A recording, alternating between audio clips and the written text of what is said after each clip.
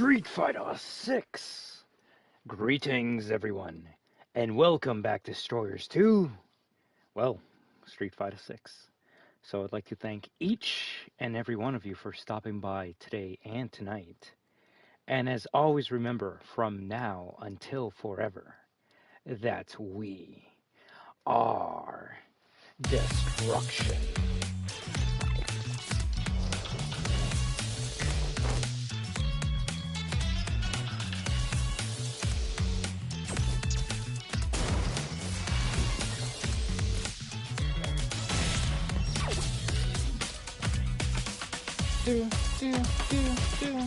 Do.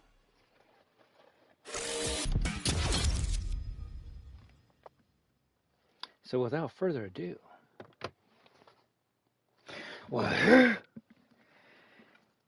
now I thank you for stopping by. Today we will be continuing the spooky novel horror story. I actually forgot what the collab is called. You know which one. So, can we get all the endings today? I don't think so, but you know what?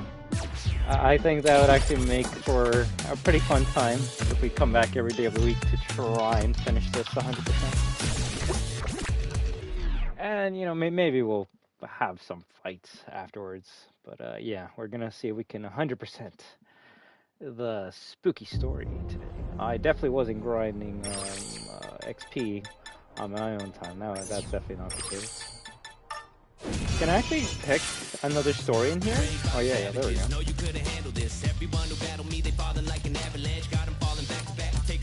Well, 0 to 0 kind of tells me it's complete, but it does tell you like 1 out of 15 endings. So let's see if we can get all endings.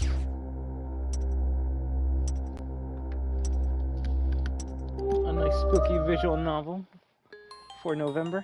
Oh yeah, I gotta switch the camera, right?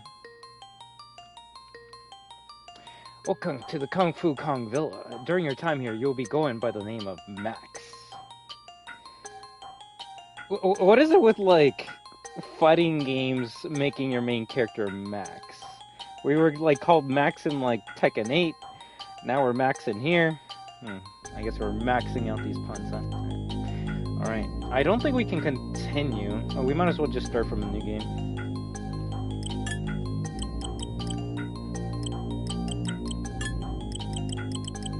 Yeah, there's a lot of endings. So, well, let's just start from the beginning.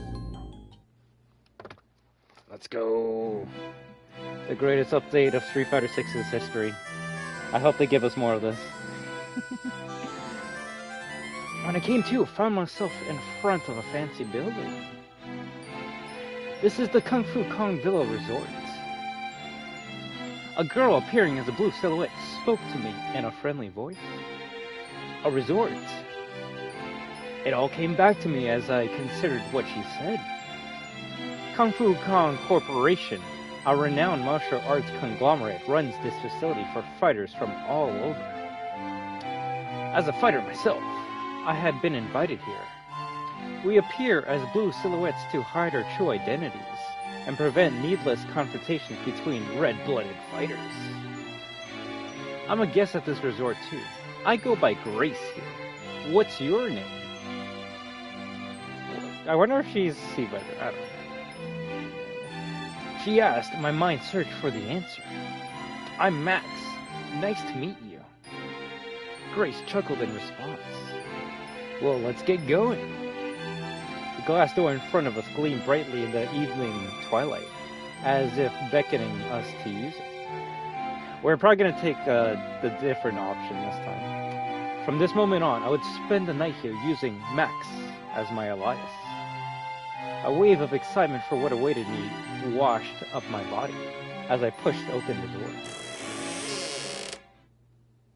The Banshee and Street Fighter's last cry. I guess the intro prologue doesn't have any choices.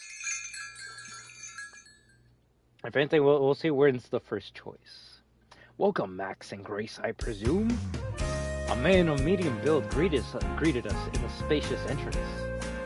My name is William Forrest, at least here it is.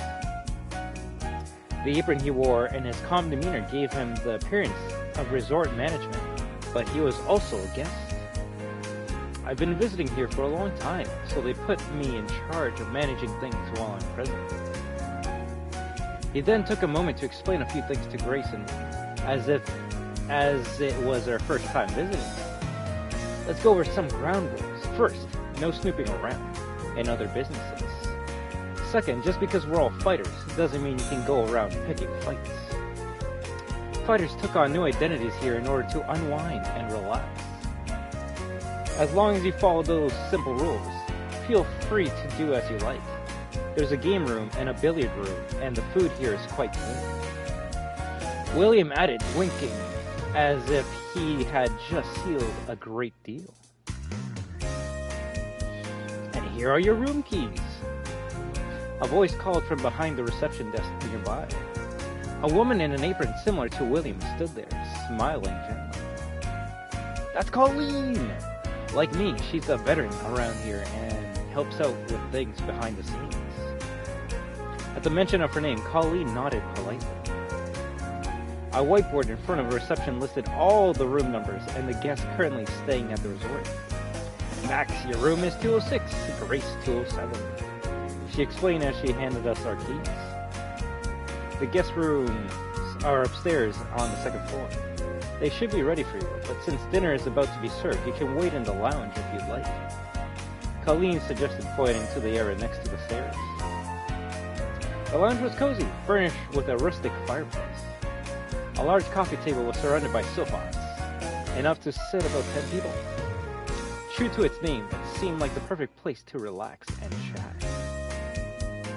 I think I'll wait here, Grace exclaimed as she threw herself onto the sofa. She stretched and let out a satisfied sigh. Having seen her embrace relaxation, I decided to follow suit. Crossing the entrance, I sat down on the sofa opposite Grace. Busy with dinner preparations, William and Colleen hurried into the kitchen at the back of the first floor. Without anything particular to talk about, I absent-mindedly gazed at Grace. Even though her form was obscured by a blue silhouette, I could still make out the expression on her face. Her eyes, dark and deep, locked onto mine, her smile radiating a warmth that felt both inviting and disarming. Even the way she sat, her head tilted ever so slightly, was endearing. There was no doubt she was an attractive girl. I couldn't help but wonder what kind of fighter she was. Just as I started to imagine, I quickly shook my head. I had been warned not to involve myself in others' businesses. Here, I was obsessing over the first cute girl I see. How pathetic, I thought to myself. 3 girls chattered loudly while descending the stairs in a line. What the heck are we even supposed to do here? A pretty but somewhat rigid girl asked as she led the group. We eat as much as we want and then go back to our room to watch TV,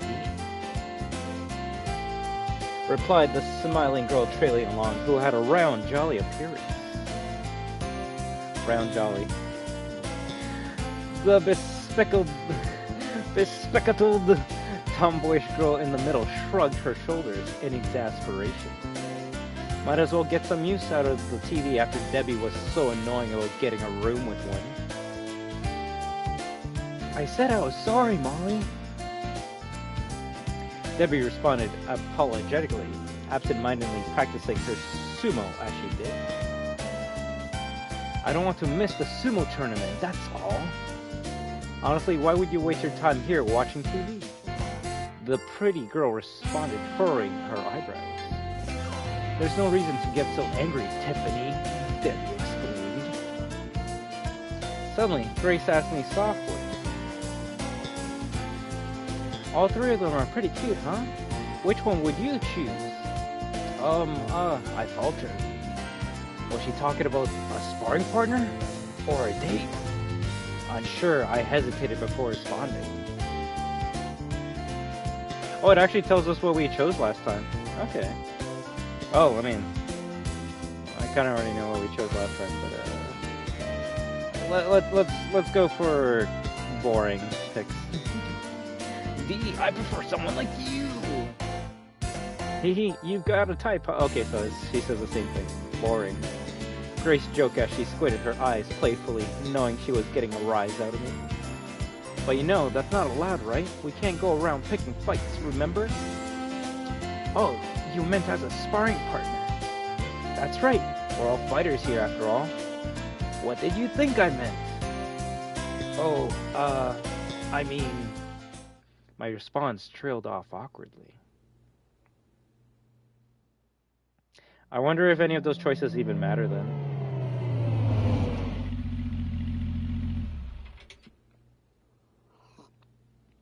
Suddenly, the sound of a car engine broke the silence. It continued to grow louder, then came to a stop. Yeehaw, here at last. A middle-aged man with broad shoulders, a rugged look, and speaking in a distinct southern accent stormed in. And then there was his wife. A delicate woman with a fragile, almost melancholic aura accompanying him. The Buchanans, welcome! William raced out of the kitchen to greet them. How was your trip here? Well, the car held up okay, but the roads were rough once it got to snowing. Glad we made it before everything froze. As he spoke, we could see that small flakes of snow were now contained in the blowing wind outside.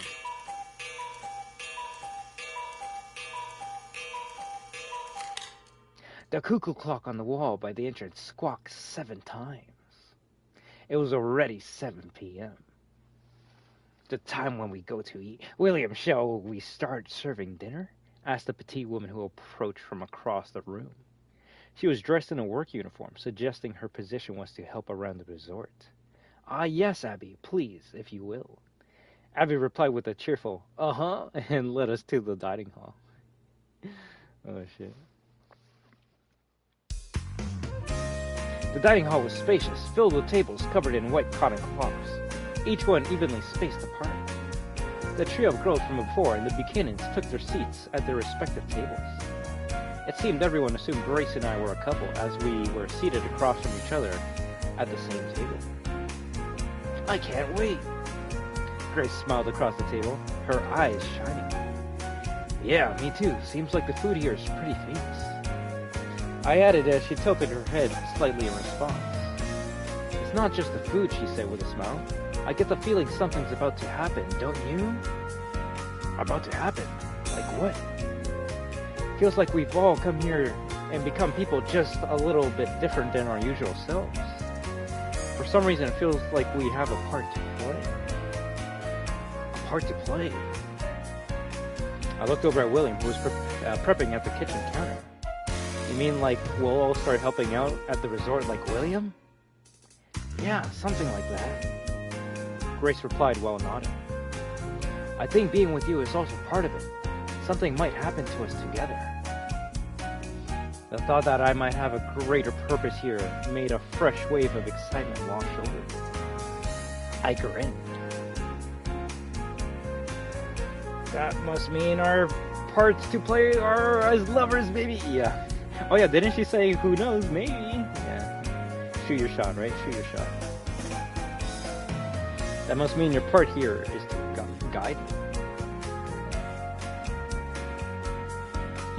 Okay, yeah, so it seems like most of these choices don't really change dialogue, and that's kind of sad.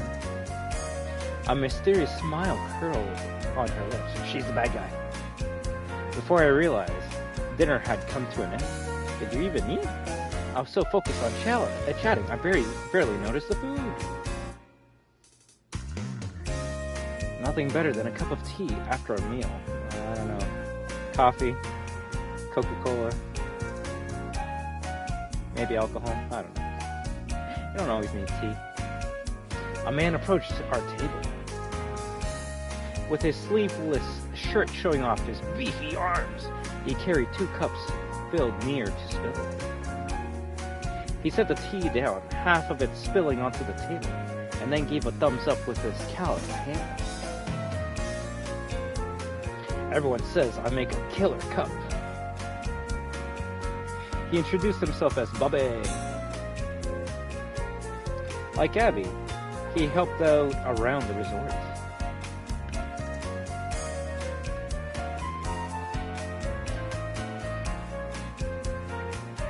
Nice to meet ya. He laughed out as he slapped my back in jest. I figured it was a friendly gesture, but honestly, it hurt. It seemed like he didn't quite have a sense of his own strength. Despite most of it spilling, the tea was still refreshing. I set the cup down and suddenly caught a scent in the air. That smells good. What is that? As I searched for the source of the aroma, my eyes landed on a man at the corner table, casually tilting his cup. His hunched posture seemed oddly suspicious. Over there, that's John, Abby said quietly as she came to clear our table. I believe he's adding cinnamon to his tea. He always spices it up.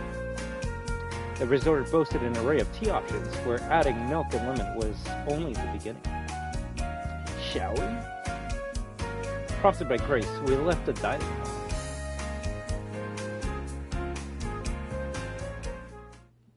As we passed by the entrance, the girls from before were making a fuss.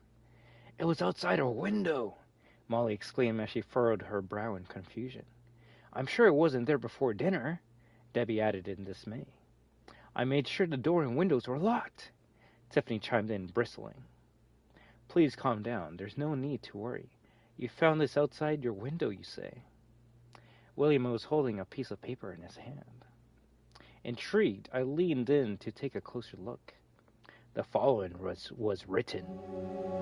Tonight at midnight equals D. Some letters were partially faded and nearly illegible. Yet for some reason I felt like I could read them. I guess we gotta pick the B, right? Doesn't this say someone will die at midnight? Right now they're gonna think I'm crazy. What do you mean someone will die at midnight?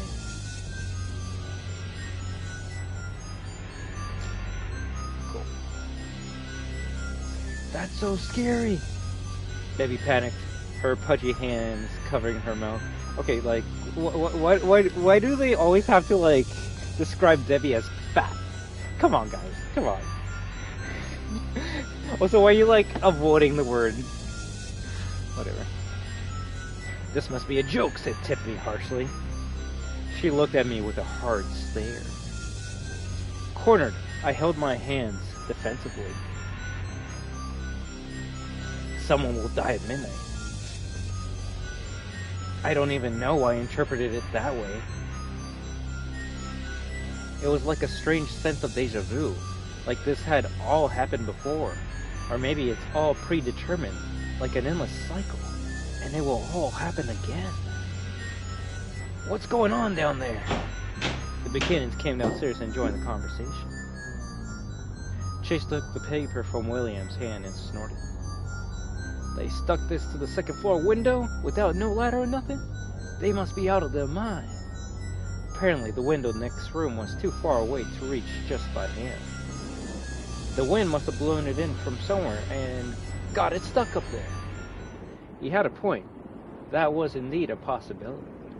Chase turned towards the girls who were looking upset and flashed the grin that revealed the shine of his gold tooth. Now you gals better turn those frowns upside down, you hear? Whether true or not, Chase's swaggered speech lightened the mood, leaving everyone feeling a little less tense.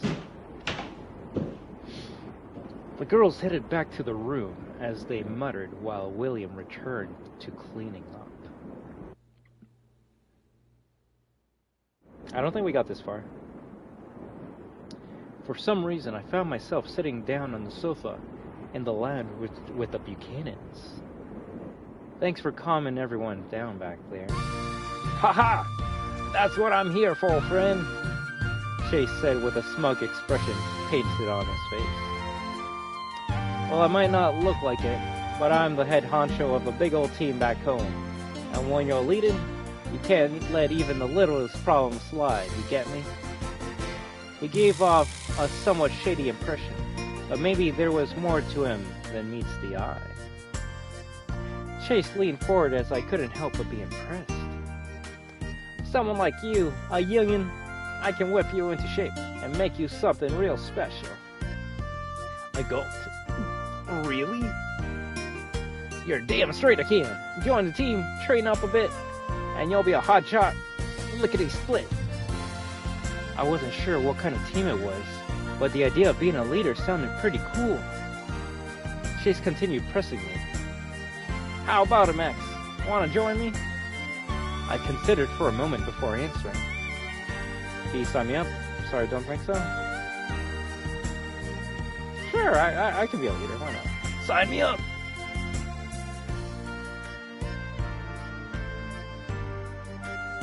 I guess it was loading the next couple of paths.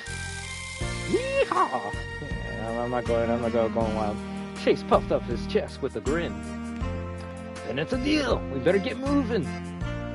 From then, things started moving real fast. Tell me we already got an ending. Like, we actually leave the place and we just go to work for this guy. Bad ending already. Oh my god. Chase took me to the town where the team was located. Metro City? Okay. And from there, I was under his command. I began as an errand boy, but slowly made my way up the ranks. Eventually, I became Chase's right-hand man. Okay, shit. We basically just skipped like fucking 20 years of lore. 30! That was a joke. I was literally gonna make a joke saying like, okay, I thought like the time skip in Cyberpunk 2077 was bad. This is basically skipping like 5 games. Okay, 30 years of sleepless nights and giving it my all. What happens to me? Do I get better or do I become worse? If anything, I probably became worse. Having steered the team to success, I thought it was time to unwind and visit the resort again to reward myself. 30 years back, like later, going back to the resort. Yeehaw! Here at last!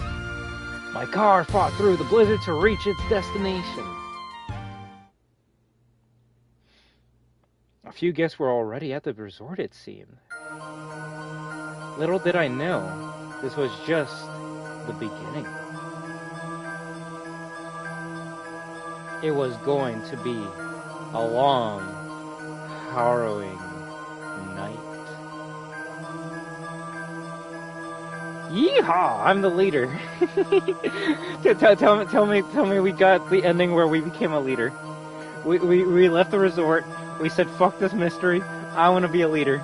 And I became a leader. Because that's kind of funny. I'm actually liking this. Is this what visual novels are about? Because I've never played them. Maybe we should go to Doki Doki after this. It is an ending! What the fuck? You just, no, we just left them and 30 years later we come back.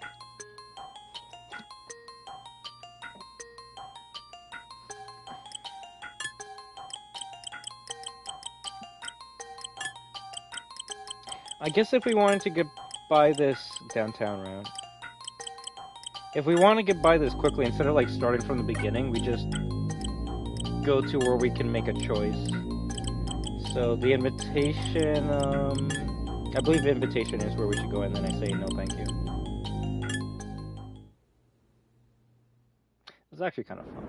I don't even care if you get nothing out of it. It'd be nice to get some battle pass tiers from this, but like I said, I'm actually enjoying myself with this. The thing that I'm trying to figure out is how it connects to Street Fighter 6, other than like they're playing Street Fighter 6 in the arcade, or I go to Metro City to train with this guy, right? Like, I tried my best not to spoil myself from anything. A couple comments were saying that it gets crazy from other videos I saw, but the one thing I don't know is who is who.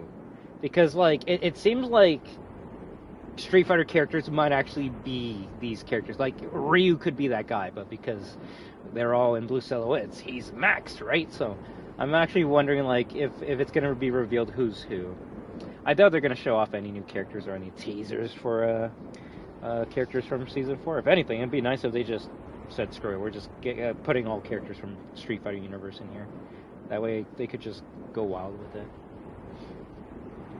I don't know, it kind of reminds me of, this is bad. You know I always gotta fucking relate it to this fuck over here. Kind of reminds me of that, Who Killed Sonic, story that came out a year or two ago. It was like a mystery. Alright, I don't know if that's a visual novel or some other shit, but alright, let's continue. So we're just gonna go to the part where, I can make a choice. I don't need to reread everything we've already done. How about it, Max? Want to join me? I considered it for a moment before answering. Sorry, I don't think so.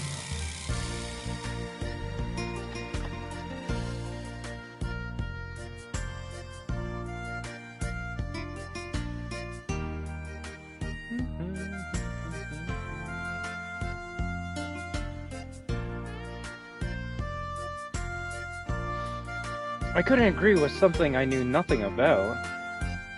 That's why he said he was going to train you. I apologized and declined. Ah ha ha! Is that his wife?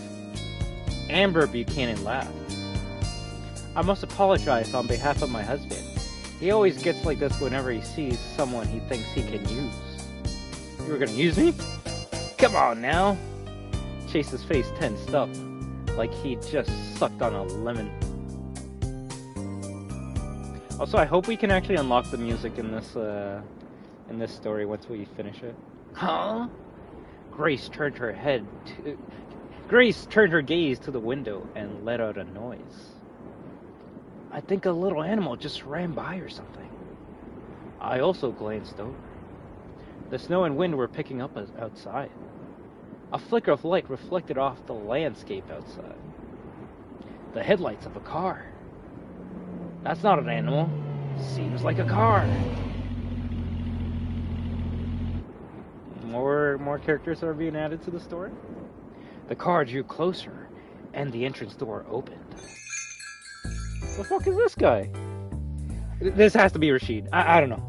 If you're gonna ask me who's this character from Street Fighter 6, it has to be the guy always carrying the fucking camera around. Hello everyone, it is I, the one, the only, Jonas Fabergi, here to dazzle you with my presence this fine day. A man with a thick beard shouted loudly. In one hand, he carried a long stick with a camera attached to the end of it. Must be one of those influencers. I mean, unless it's that Futu guy. Chase questioned under his breath. Meanwhile, Jonas kept on talking to his camera. The man known as Jonas twirled in place as he spoke, catching himself from all different angles. This has to be Rashid. He was clearly recording a video. Excuse me, sir. Yeah, no recording right here.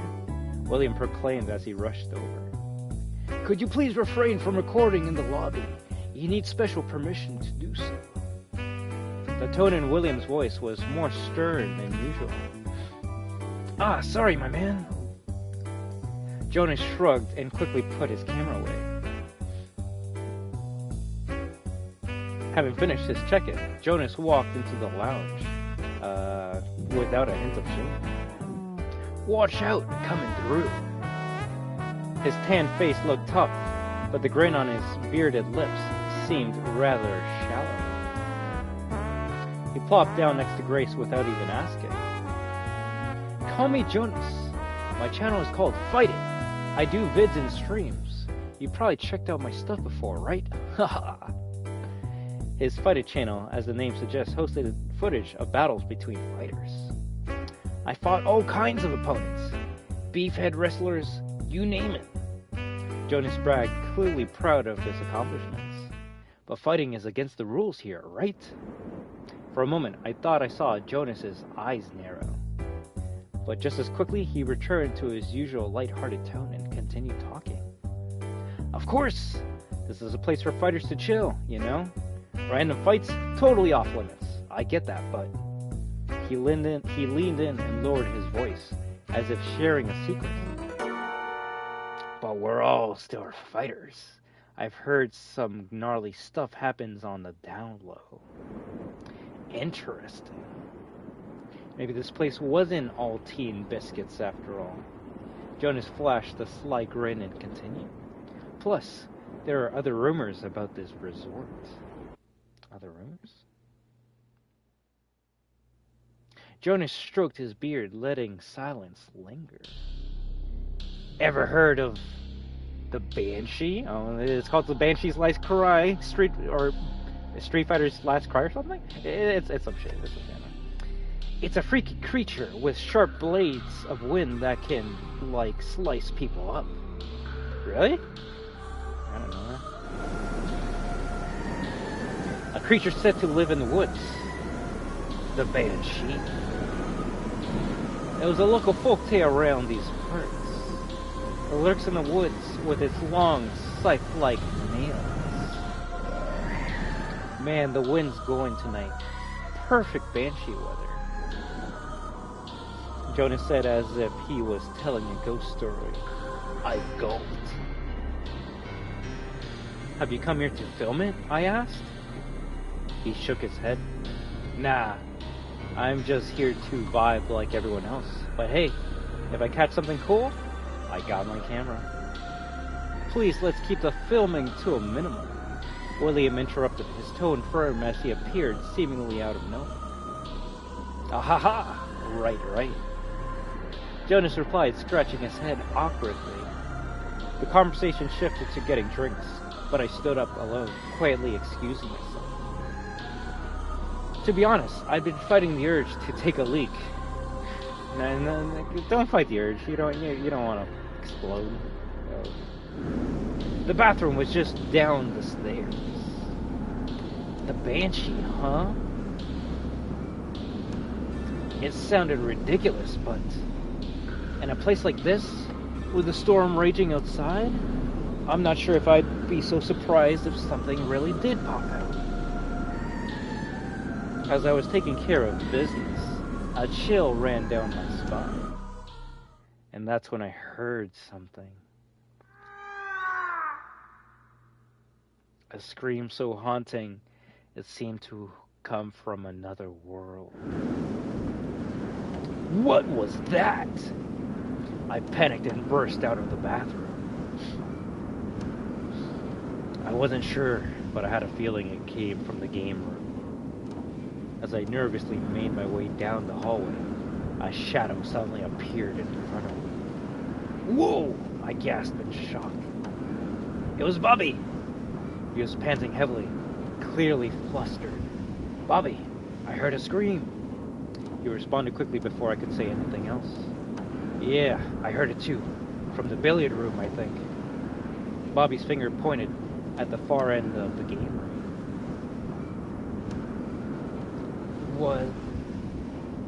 What was that just now? Did you hear it too? William appeared, rushing over. Bobby's voice rose, as if to will William to move faster. Perfect timing, William. Do you have the key? The key? The key to the billiard room! For some reason, the billiard room was locked, and William was the one responsible for holding the resort's keys.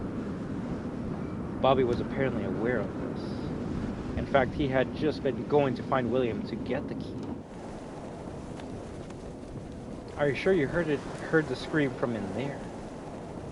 William asked, stopped just in front of the door. Bobby nodded in response. I could see the lights flickering inside through the frosted glass window. I'm opening the door now. William pulled a set of keys from his apron pocket.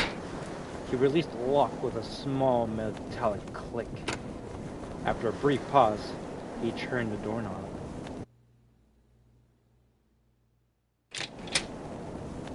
We stepped through the door carefully and with hesitation. The flickering light made it difficult to get a clear sense of what was inside. The room looked normal, with a large billiard table standing in the center. We nervously huddled together and walked around it. Okay, shit. Dun dun. Fucking John Carpenter has now entered the chat. We nervously huddled. Oh yeah, but there behind the table, we saw it.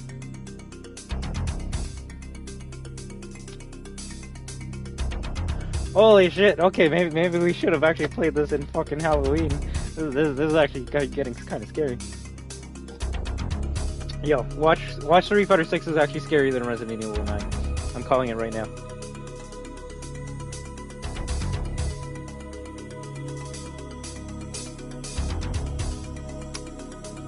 Eek! My character didn't say that. I couldn't tell if the pitiful scream had come from me, Bobby, or William. It was likely that all three of us had yelped. What we saw was beyond words, an unspeakable sight, a dead body. The man's body lay twisted on the floor unnaturally. His face was turned behind his back, his white eyes staring blankly into the void. Watch this just Dulcine, just stretching. Every part of his body was contorted, like a rag that was wrung out. It looked as if the blood-curdling scream we had heard had been wrung out of him by force. It's John! William muttered in a trembling voice. Bobby! His face strained of color. He shook his head silently. We couldn't bring ourselves to look any longer, just slowly stepped away from the body. After a long pause, William finally spoke. Let's leave him as he is for now. Not contaminating the scene seemed to be William's priority. We shouldn't touch anything or leave fingerprints behind. What about the back door? I pointed to it and asked. It was left wide open, battered by the wind, rattling violently. Evidence could be lost if we didn't do something. Yes, let's close it, William said and shut the door. Why wasn't it locked beforehand then? I grabbed the knob using the hem of my shirt and locked it with a twist.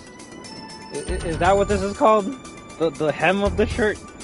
I'm gonna use my hem of the shirt anytime I grab a fucking hot frying pan. Shit. We left the room and locked the inner door behind us. Now no one could enter the billiard room. Should we call the police? I mean, yeah, of course. What the fuck? Bobby murmured in a hoarse voice, and William responded. Yes, let's go upstairs and call them from reception. Yeah, that song's actually pretty good. We returned to the first floor, and William gathered all the guests in the lounge. He tells them something has happened, but to stay calm. He then walked over and grabbed the phone at the reception desk. What in tarnation? Tell us what's going on. The questions came pouring in as I gestured with my hands, signaling to calm everyone down. After taking a deep breath, I spoke. Someone has died. Died? Wait, okay. What? Oh no! Everyone reacted in shock. Bobby, usually so confident, was trembling, and the tremor in my own voice made it clear that this was no joke. I spoke slowly, recounting what we had seen.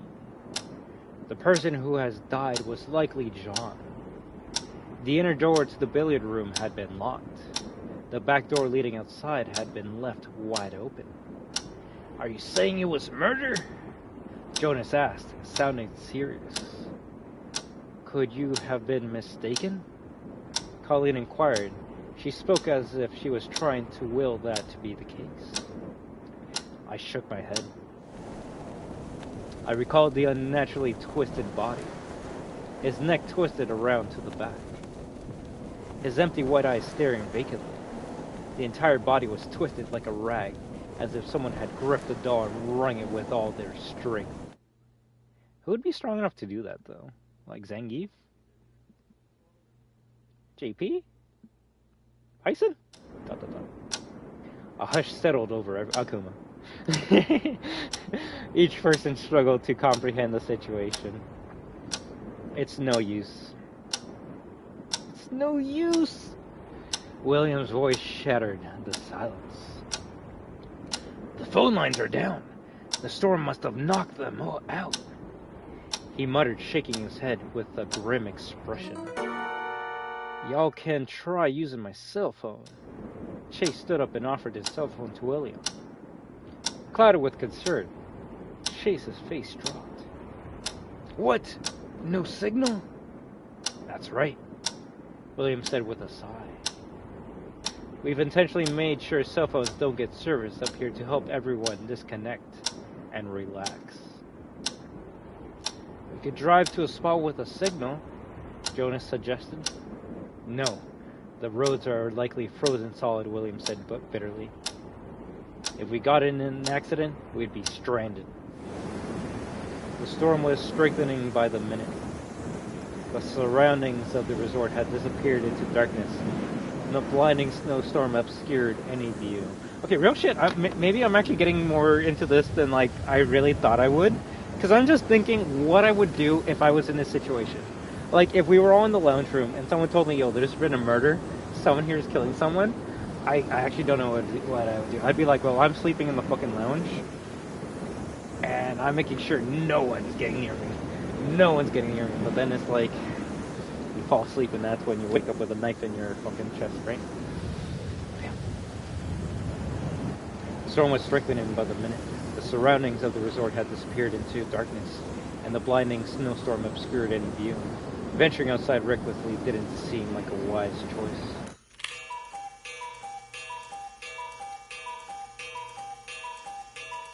The cuckoo clock on the wall cheerfully chimed 9 times. Okay, it's been like 2 hours since we arrived here. It was already 9 p.m.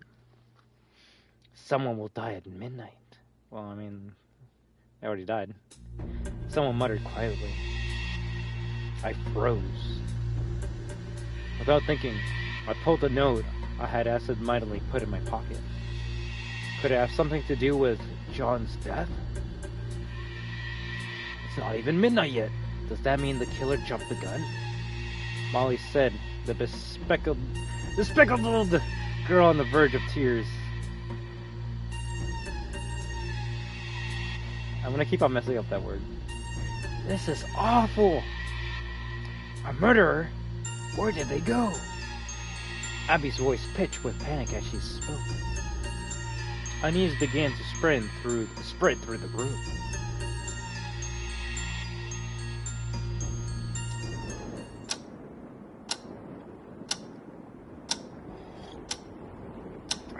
I need to make sure I get my drink every time I can.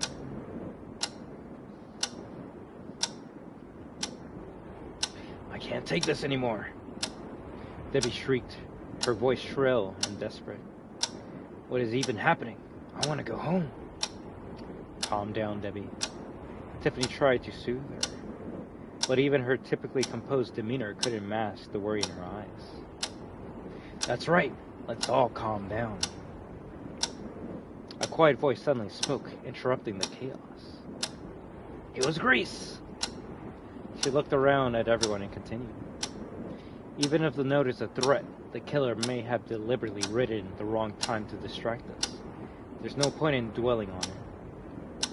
She was as calm and steady as ever. Tell me she's the killer. The most important thing is understanding the killer's motive. If John was the target, then the murderer has probably already escaped. She had a point. Why would the killer stay near their crime scene?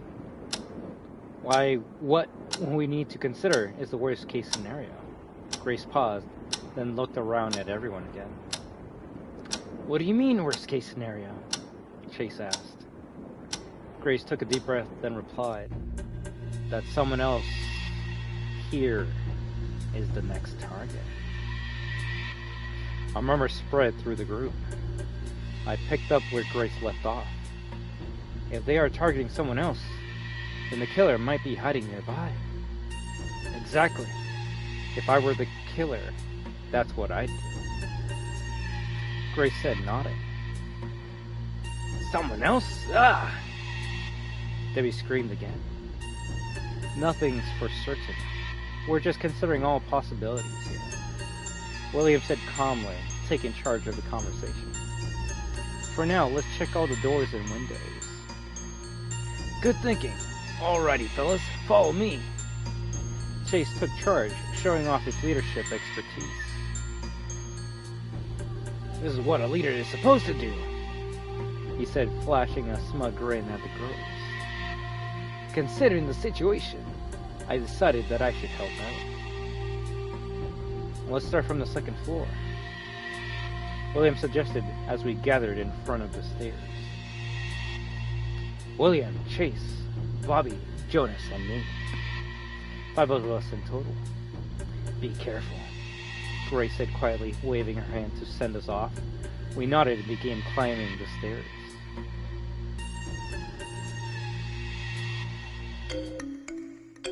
We started checking all of the guest rooms.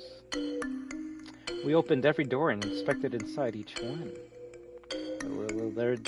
That bed actually looks comfy, not gonna lie. The rooms appeared in order, and the windows were locked.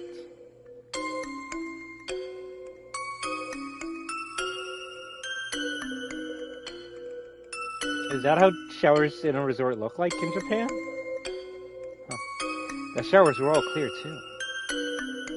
There was a small ventilation window in the hallway, but it was far too narrow for someone to fit through. Ain't nobody here, Chase muttered, a hint of relief in his voice. Yeah, seems like it, I answered. A silent understanding passed between us. All of a sudden, a noise.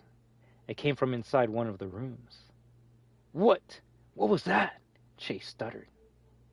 It came from the storage room. Bobby pointed to the end of the hallway. There was a single door. That's where we keep cleaning supplies and things. There's enough space for a person to hide, William explained in a low voice. The storage room was slightly ajar. We held our breath and silently surrounded it. One of us had to open the door to check inside, but who would it be? We exchanged glances. Our eyes all turned to one person. Me? Chase whispered, his voice barely audible. The rest of us nodded in unison. It looked like the leader was going to have to lead. Dang nabbit! Chase gathered his resolve and grabbed the knob and slowly opened it. Suddenly, a tiny figure shot out. I was going to say, watch it's like an animal. Yeah! Chase yelped as he stumbled and fell on his backside. The figure zipped past him and dashed down the hallway. A cat! William breathed, his voice laced with relief. Oh, it's Ruby! What was she doing in there? It appeared to be one of the resort's resident cats. That was everything on the second floor, including the storage room confirmed safe. We headed back down to the first floor. For a moment I was startled by a scream I heard from the lounge area, but it turned out to be nothing to worry about. Ruby had rushed down to the first floor, earning a squeal of glee from Tiffany when she spotted her. Oh my gosh, a kitty! At this point, any distraction was a good one. We continued to check the first floor. Reception, the staff room, the dining hall, the kitchen, and finally, the bathrooms. Nothing seemed out of the ordinary, and every window was securely locked. At last, we made our way toward the game room. We carefully searched the gaps between the arcade machines. The only room left to search was the billiard room. We came to a stop in front of the door. The thought of facing the corpse again weighed heavily. Watch, the body's not going to be there now. William and Bobby's faces were just as tense. Yo, there's a body in there, right? Jonah's voice quivered, yet his eyes lit up with excitement. A camera had somehow appeared in his hands as if he was planning to capture the moment. Now wait just a moment. William shot a sharp glance at the camera. I hope you don't intend to use that. Of course not. Jonas quickly hid the camera behind his back. I'm just having a peek. No, we better not. William shook his head. We checked everything in there after we found the body earlier. No one was around, and we locked the back door. He was right. The billiard room should be completely secure. It was best not to interfere and preserve the scene. We explained our logic to Jonas and returned to the lounge.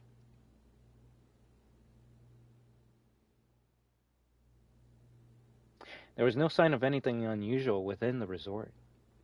Hearing this, a sense of relief washed over everyone. As long as the front door was locked, no one would be able to get inside unless they broke through a window. All we had to do was stay vigilant through the night, keep an eye on the weather, then head out tomorrow. We could then contact the police, and everything would be fine. These thoughts cascaded through my mind like a waterfall until one single thought became trapped in the current. Could the perpetrator really have escaped outside? Honestly, John's killer could be any of us. Even me! This possibility shouldn't be ruled out. I took a deep breath and spoke up. The killer. It could be any one of us. A sudden shift in the air left everyone uneasy. It was something they all had vaguely sensed, but hadn't dared to consider. I took the first leap into the unknown. There's someone here who doesn't have an alibi. A wave of excitement surged through me. Grace had said we each had a role to play here, and this might very well be mine. I was the detective! The one that could solve it all. Oh shit, I'm gonna be a detective now? With all eyes fixed on me, I continued. And that person is... A, me, B, Grace, C, Bobby, D, Jonas. Let's go with E. E looks like the funny one. It's too early to say for sure. That's right. There aren't enough clues to figure this out. I shook my head. An indescribable, awkward atmosphere filled the lounge. Bad ending? The end? This has to be an ending. Very well. William, who had been unusually silent, raised his voice as if he had made up his mind. Let's check around the outside of the resort. A whisper spread through the group. William continued in a calm tone. Quickly checking the surroundings should give us some reassurance. There's nothing to worry about, yes? Count me in. Bobby stepped forward. It was the same group as before. I knew I should go too. Jonas also stood up, presumably thinking the same thing. Chase didn't move. I reckon I'll stay here and look after the ladies. He was likely feeling the sting of embarrassment of having screamed at nothing but a little cat, yeah. We set off as a group of 4. At Jonas's suggestion, we decided to split into 2 groups and circle the mansion from opposite sides. This way we could surround anyone that we came across. We'll meet around back. Agreeing with William, I started walking alongside Bobby. We circled the outer wall, going left as the wind and snow blustered around us. William and Jonas moved in the opposite direction. Despite the darkness, lights were scattered across the air, faintly illuminating our surroundings. At the half point, I turned my gaze to the forest. Who could possibly stay out here in conditions like this? It seemed unthinkable. Just as that thought crossed my mind, a scream cut through the air. Tell me Bobby's dead. Oh wait, no, okay, no. Oh, tell me Chase is dead. Bobby and I looked at each other in worry. We ran toward the back of the mansion. I hurried forward, glancing around, but the pelting snow stung my face, making it hard to see. As I turned the corner, a figure suddenly appeared. Ah! I didn't even have time to react. The figure lunged forward. Oh shit, okay, we're actually fighting. Oh, there's a game? Oh shit.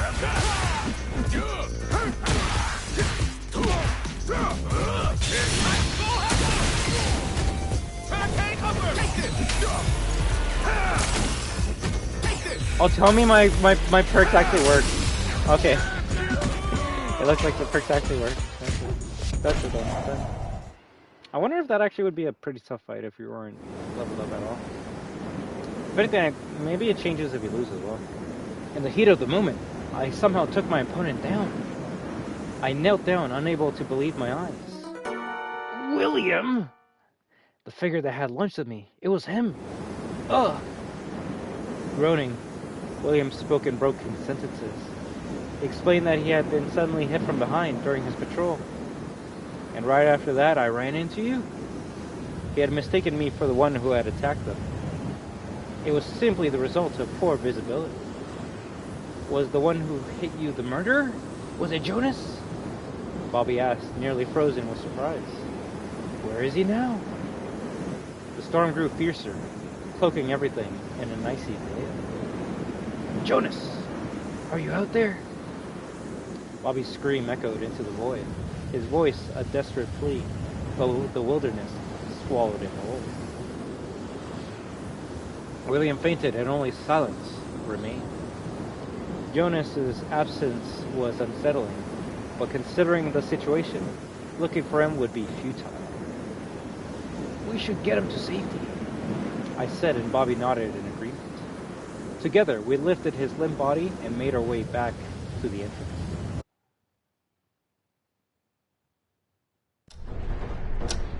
Jonas went after William, and then Max just knocked him out clean. What in tarnation's going on here? I laid William down in the staff room and went back to the lounge, only to find Chase waiting there, eager to approach me. We're not entirely sure. Jonas may have been the one who hit William, and then because of that, we ended up fighting by accident when we ran into each other. I mumbled, struggling to explain. This ain't making a lick of sense. Chase's expression remained unclear, his confusion evident. The others in the lounge were looking uneasy too. I didn't blame them. A lot had happened. As Bobby and I kept explaining, everyone began to piece together what had actually happened. So you're saying Jonas did it? I shook my head to indicate my lack of confidence. If Jonas did attack William, then there must be some kind of reason why. It wasn't clear if this was all connected to Joan's murder. Either way, Jonas had seemingly vanished into thin air. There was nothing more I could add. So did you figure out anything else? Grace inquired. She was expecting me to evolve in my role as the detective. I tried to think hard, wanting to meet her expectations. Now that you mention it, we found the Banshee. The freaky thing Jonas was talking about. Chase asked as I nodded in response, turning to face everyone. The strange creature that slashes with blades of wind. I now knew the creature's true identity. The Banshee is... Jonas, William, ectoplasm? Only dumb choices on here. Ectoplasm! Yeah, everyone's gonna be like, oh, this guy's a fucking idiot. That's right! As you know, many of the world's strange phenomena are caused by ectoplasm. The Banshee is no different. No one challenged my statement. Well, I win. I'm right. If you can't fucking challenge that shit, then I'm right. That meant they accepted it. The truth is out of this world. I puffed out my chest, feeling triumphant. Oh, we continue? Bro, why are the dumb choices actually still continuing?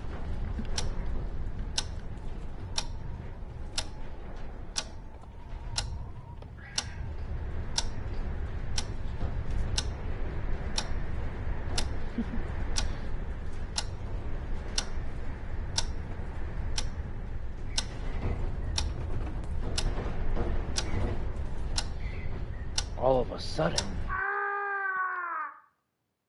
another scream echoed through the air. Huh? What the? No way. Everyone interrupted into a flurry of confusion. Watch, it's gonna be Jonas instead. Tension was etched on every face. The scream had come from downstairs. A sinking feeling told me it was coming from the billiard room once again. Let's go check it out, I said to no one in particular, then took off briskly. Bobby and Chase followed close behind. We stopped in front of the billiard room.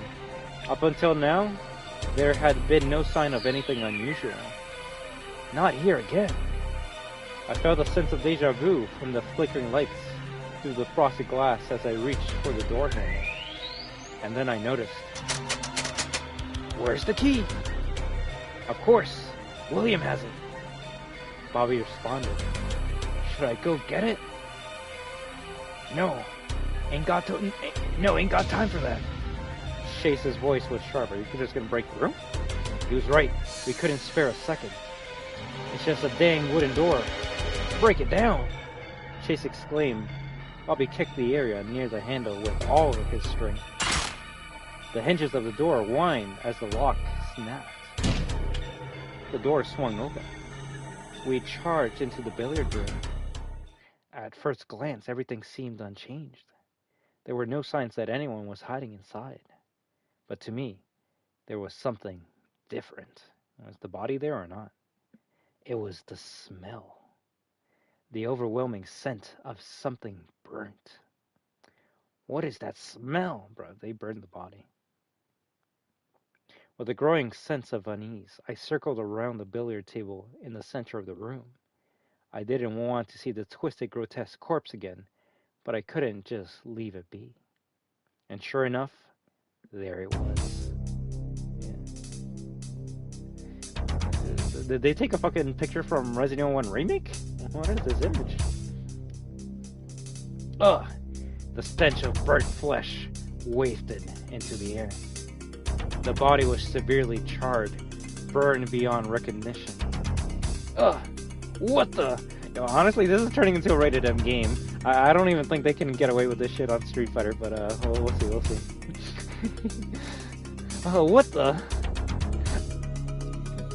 Bobby recoiled at the sight of the body covering his nose. The corpse, twisted in agony, as if it had collapsed in pain, was still smoldering. The nightmare sight nearly made me gag, the bile rising in my throat as I struggled to hold it back. I don't need that detail. What the hell? What the hell's going on? Chase asked. He turned away to avoid looking directly at the body. I knew how he felt. I too wanted nothing more than to look away. Well, the culprit ain't here. Let's head on back. Chase's voice sliced through the tension, and Bobby, his face drained of color, nodded quickly. Yeah, let's get out of here. This is beyond us. Bobby whispered as he turned sharply and made for the door. As for me,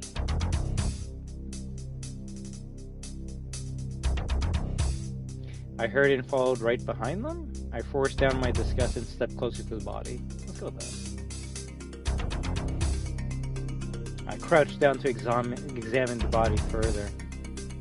It had clearly been exposed to intense heat, the entire body charred beyond recognition. But the body was no longer contorted. How? Something was lying beneath the body's arm. I gently pushed it aside to get a better look, but the burned skin crumbled off with a nauseating crack. Bro, like real shit, the attention to detail with this shit is actually grosser than the shit they show off in Resident Evil. What the fuck? Ugh! The repulsiveness of the feeling nearly made me cry out. I bit my tongue and picked up the object. Is this a keyring? It looked familiar. That's right. It resembled the one William always carried. But why is it here? A second scream. A burned body. A keyring. There was so much I didn't understand, but the sight of the body in my peripheral vision kept my thoughts scattered. I turned away and decided to head back to the others. We haven't had an ending in a while. I wonder if this is the right route. The lounge was silent.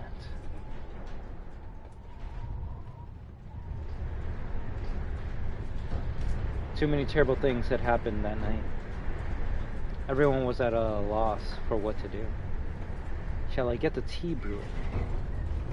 Colleen stood up, her expression kind. Good idea, I'll help. Abby chimed in. How many want a cup? Abby looked around the room, counting on her fingers. Colleen, Abby, the three girls, the Buchanans, Bobby, Grace, and myself. 10 people in total. If you exclude William, who was resting in the staff room, everyone was here. I don't like hot things, so no tea for me. Ruby the cat said. What? What?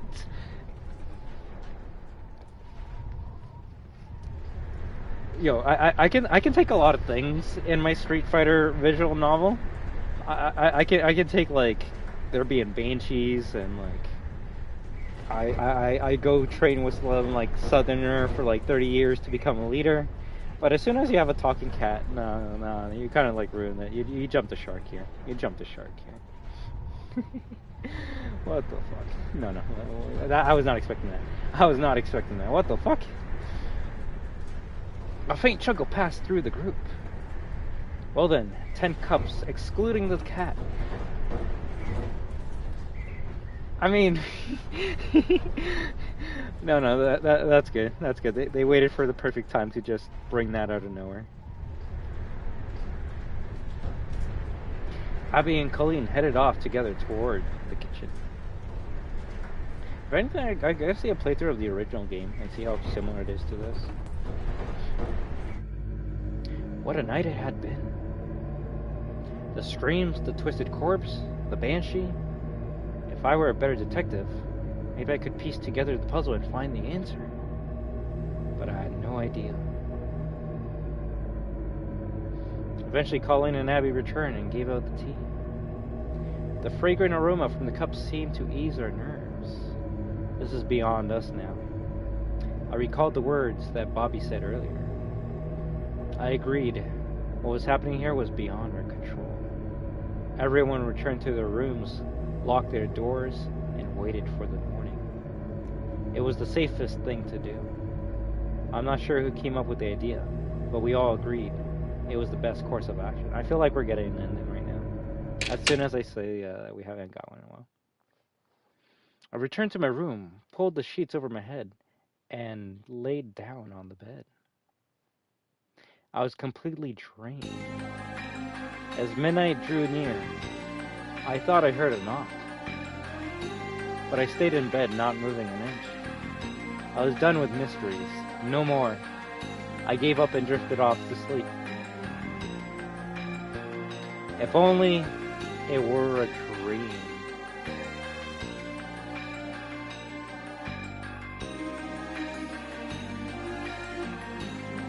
I'm assuming, well, I was gonna say, I guess, no, I'm assuming I have to make myself the detective to get that specific ending.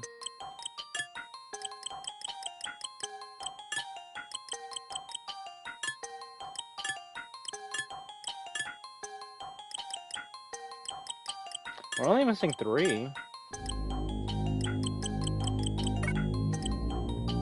Actually, no. We're missing 3 chapters, and we got 3 out of 15 endings. Shit. We might have a bunch more endings to do. Where does continue take me, though?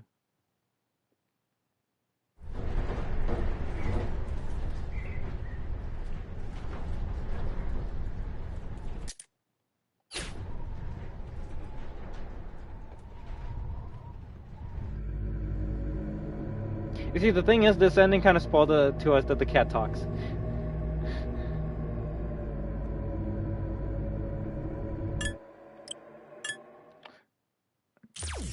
it shouldn't take you towards like.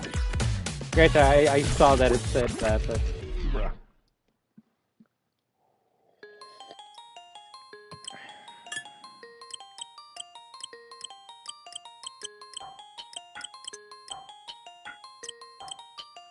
Maybe we leave with the group instead of grabbing the key.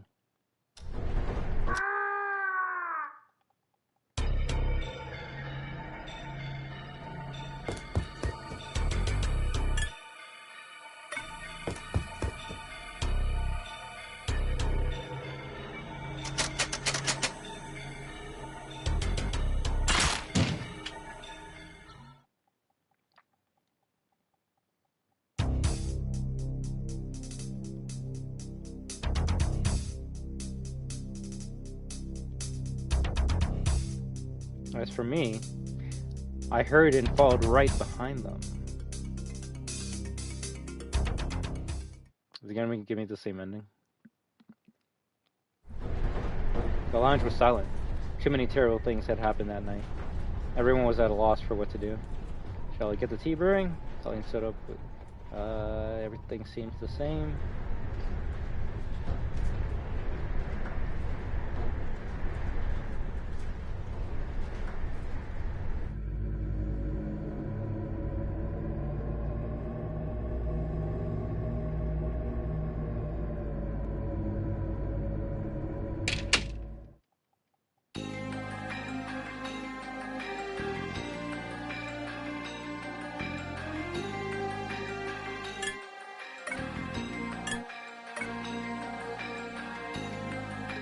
I was gonna say that's still 3 out of 15, right?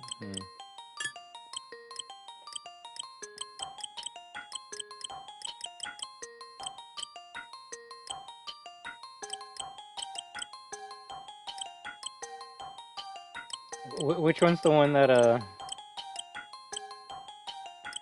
where we said ectoplasm? We're gonna like go backwards in terms of choices that we can make, because starting from the beginning and going all the way to the end could be a bit too much.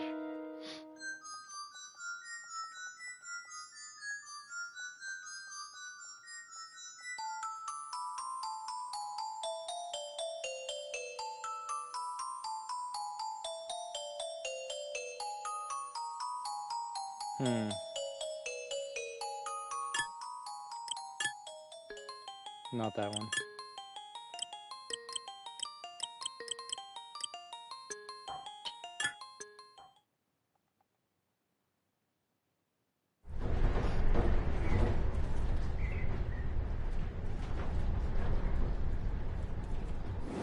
Oh yeah, don't I gotta have a fight? Yeah, that's right.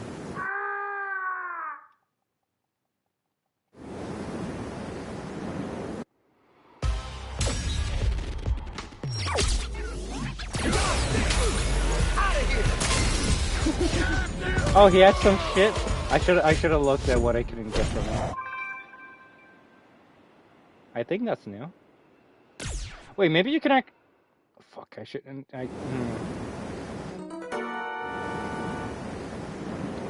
There's another fight you can get. I need to press start and see what you can get from these guys. They might have some like unique clothing, but they could also have like a perk or a skill that's crazy.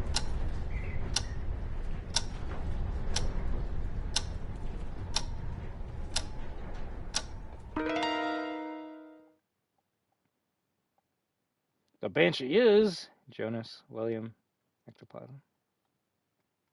I will go with William. William! During our fight, William used techniques involving blades of wind. I recalled our battle. I mean, he literally didn't even fucking do one move, but whatever. Yes, it made so much sense. William must have fought someone here before. And from those stories, rumors of the Banshee had spread. Come to think of it, when Jonas mentioned the Banshee, William quickly steered the conversation another way.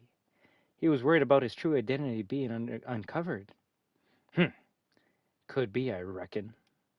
Chase nodded. The others in the lounge seemed slightly impressed by my revelation. Every time there's a fight, we gotta check what they have. All of a sudden, Another scream echoed through the air. Huh? What the? No way! Everyone interrupted in a flurry of confusion. Tension was etched on every face. The scream had come from downstairs. A sinking feeling told me it was coming from the billiard room once again. Let's go check it out, I said to no one in particular, then took off briskly. Bobby and Chase followed close behind. We stopped in front of the billiard room. We've already read this. Nothing seems to be different. I'm starting to think that I need to make myself a detective to continue through the story.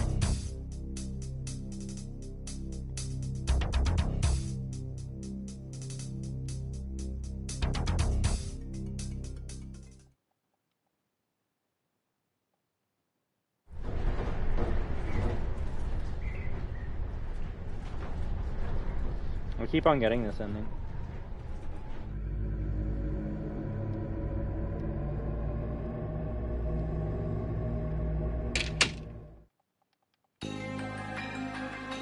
Yeah, when you hear this music, that's when you know you're getting an ending.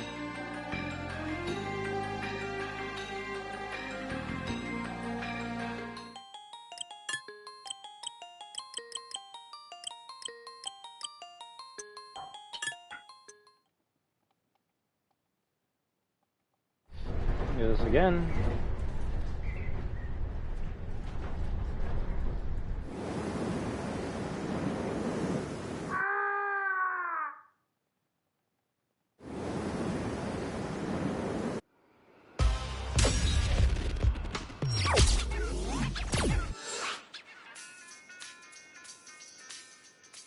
He has jack shit. I'm lucky I even got something from him.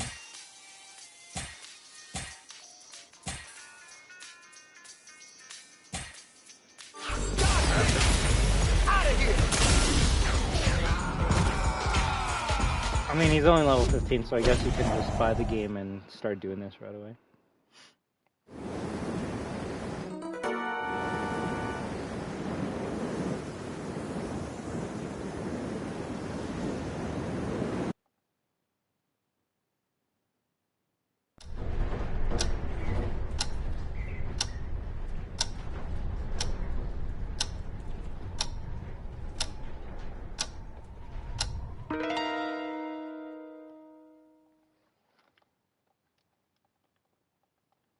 The Banshee is Jonas. Jonas! That's right, Jonas was the Banshee. He revealed his true form, attacked William, and then disappeared into the night, carried away by the wind. It's the only explanation. Okay, it's another dumb one. Bobby tilted his head in confusion. But William didn't have any slash wounds. Huh? He was right. I quickly added something to cover myself. He must have decided to punch him instead. I tried to come up with an excuse. An awkward silence filled the room.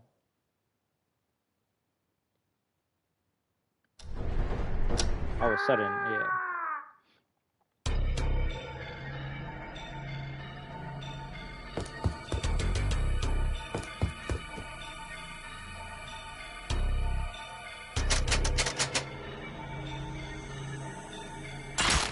I'll say maybe cheating, but it should probably tell you like the chapters where you get choices that can change the game. But I guess that's the fun, right? Figuring it out for yourself.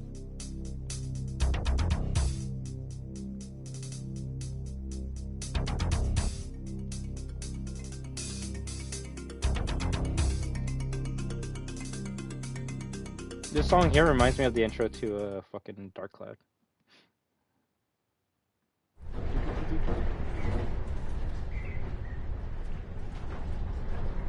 Again, same ending.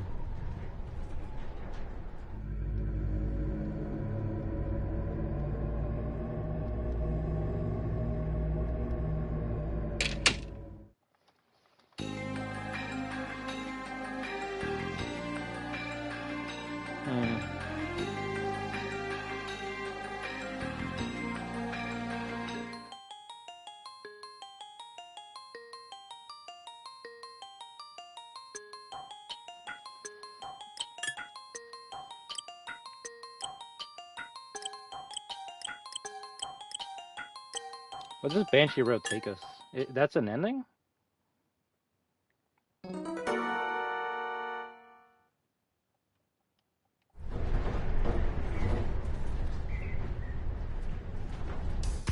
Oh yeah, this is the one where I fight him on the arcade. That's what made me laugh. This is probably my favorite ending so far.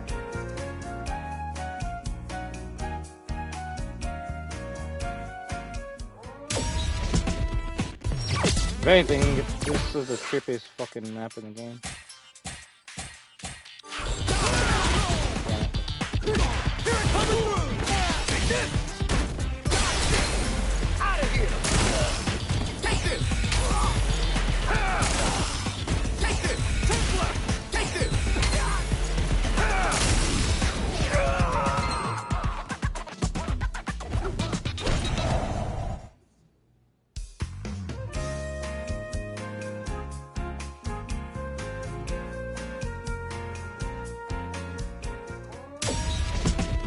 Maybe it changes what you can get out of your right match? No. Out of here!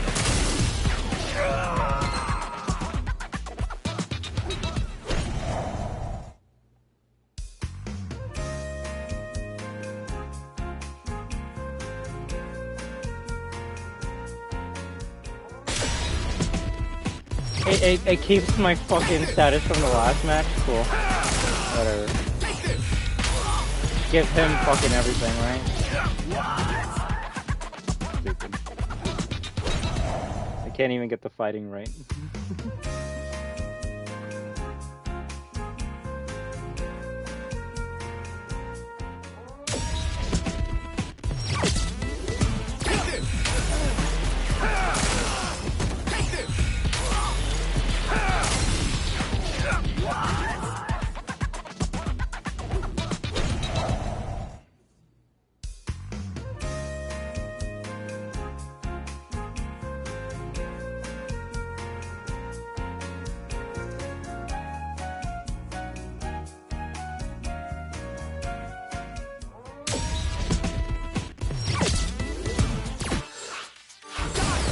Doesn't even get stronger. You're kidding me!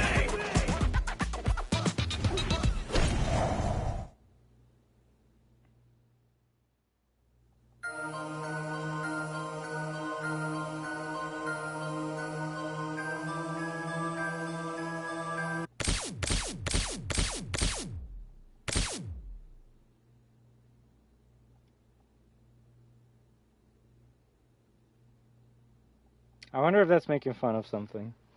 You pull the plug in and it just ends, huh? Huh?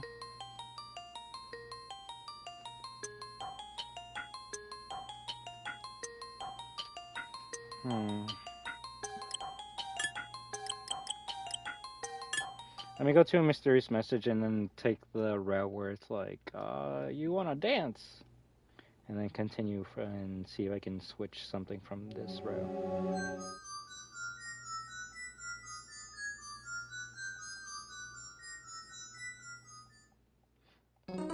That song gives me some fucking Lavender Town vibes. Okay, so that immediately just takes you to that, okay.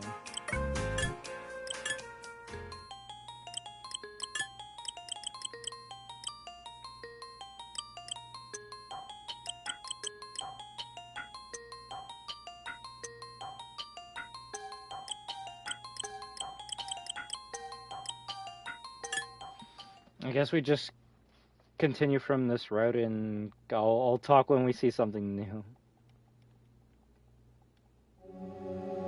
See, this sucks as a completionist because I want to get every fucking ending right.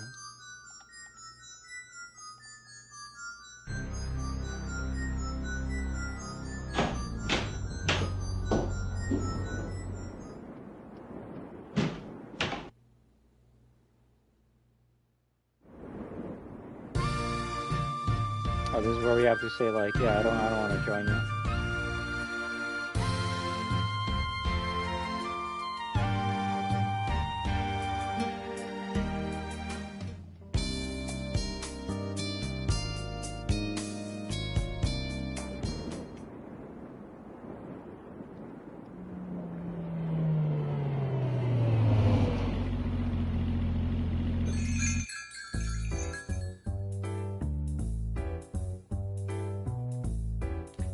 That has to be Rashida at the end of the game. That has to.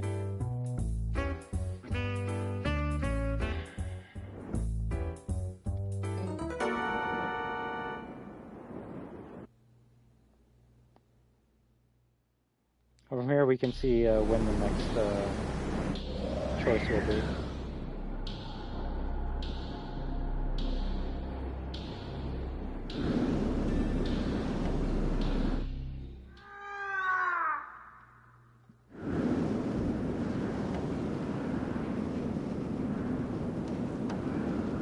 Okay, that's the first death.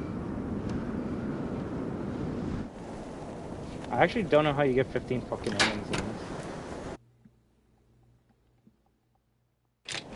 I swear, if it's like you gotta do the same choices, but the ending changes depending on which like girl you pick in the beginning. That's fucked. That's fucked. But usually that's the case, right? That's usually the case.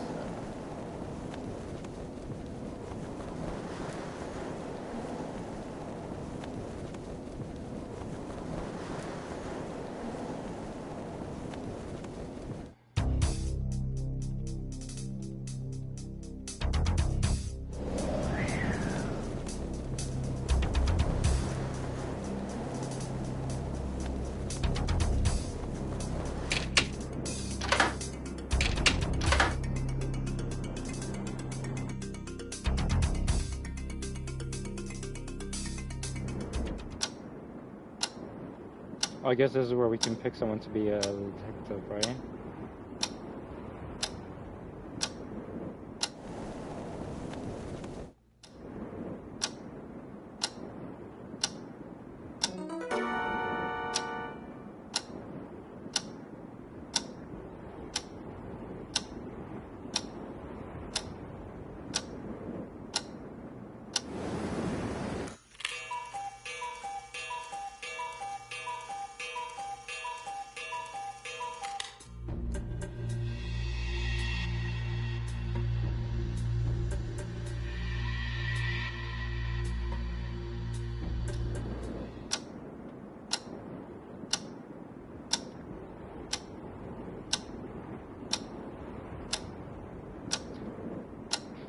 Maybe I should just pick myself to get the right ending, right?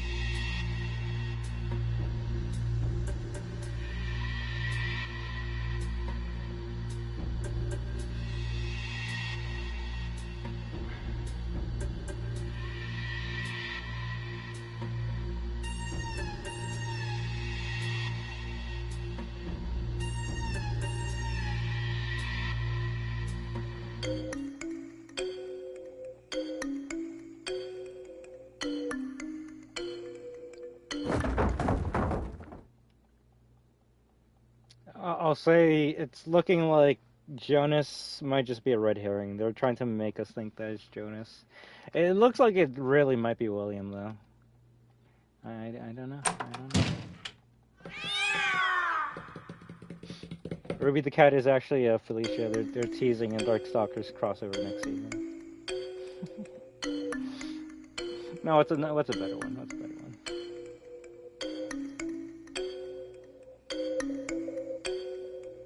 It's actually the cat from Stray. They're doing a crazy fucking crossover.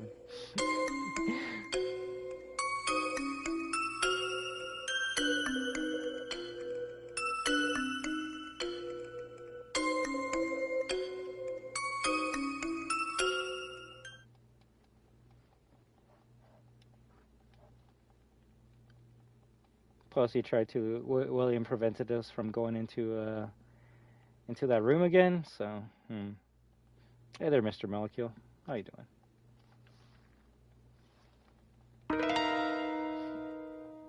You having fun with Street Fighter 6?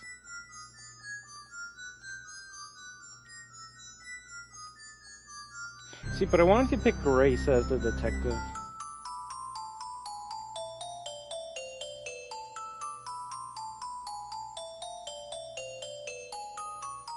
There we go.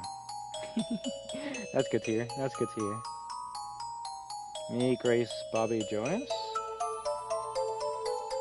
What if we pick Jonas to be the detective? Let's see what happens. Jonas! Thinking about it, Jonas showing up late was suspicious. He looked at me with a strange smile. Yo, when we heard that scream, I was right here, just saying. That may be true, but he was right. But there was a hole in his story. I told him, "You have an accomplice, don't you? We have the timeline of the crime. We have the timeline of the crime all wrong. You're wearing a disguise."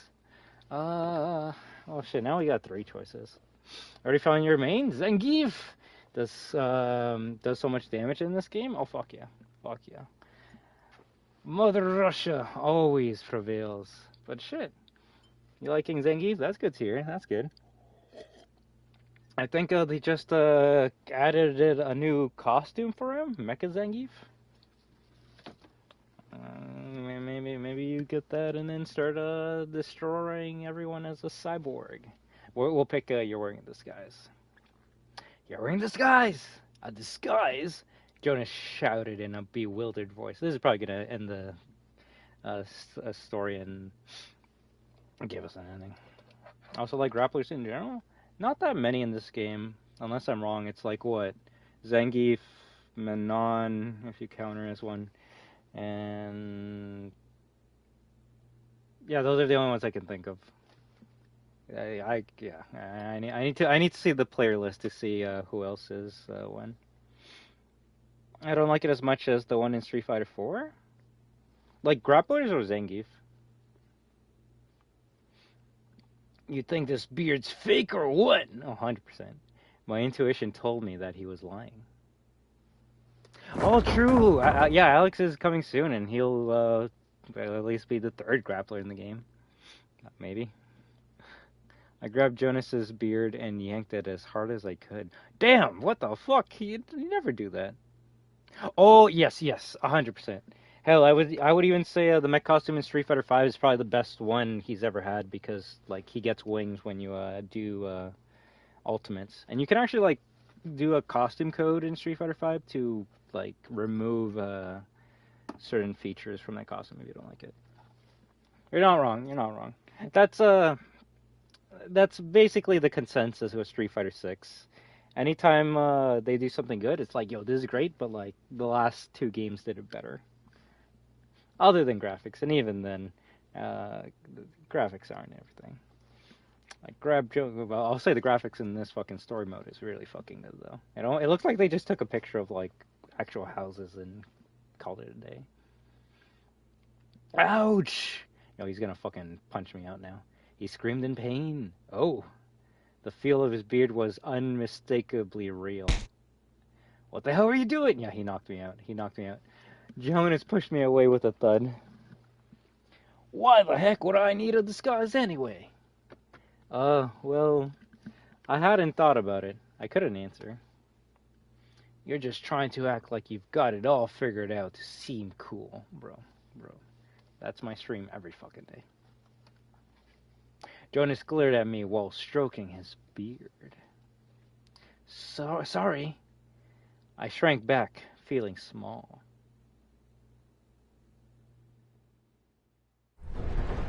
Does the rest of the game play out the same? Hopefully not. After looking it up, I can't decide if the Street Fighter 4 one is better or 5. Well, in my heart, 4 will always be the best because that's the one that started Mecha Zangief, right? Like real shit, every time, until the day we die or the world explodes, every Street Fighter game that has Zangief will always have a mecha costume for him. It just depends if it will be good looking or not, right? So, to me, Street Fighter 4's Mecha Zangief will always be the Trailblazer. Plus, the alternate colors you can get for that one is really good. Now, Mecha Zangief Street Fighter 6 is actually pretty dog shit, not gonna lie. I kind of hate how he doesn't even have a face. It's just like, yeah. It was a choice. I guess they wanted to make a realistic fucking robot for Street Fighter 6, but who plays Street Fighter 6 for realism? Look what the fuck we're playing right now. Very well. William, who had been unusually silent, raised his voice as if he had made up his mind. Let's check around the outside of the resort. A whisper spread through the group. William continued in a calm tone. Quickly checking the surroundings should give us some reassurance. There's nothing to worry about. Yes? Count me in. Also, make sure to add me up in this game. I definitely love to see your Zangief kick my ass. Bobby stepped forward. It was the same group as before. I knew I should go too. Jonas also stood up, presumably thinking the same thing. Okay, so far it seems to be the same.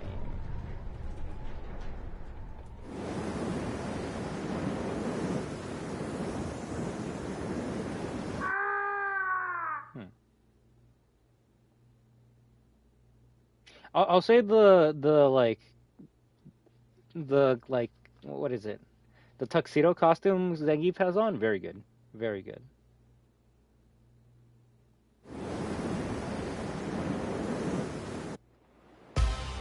So far it seems to be the same.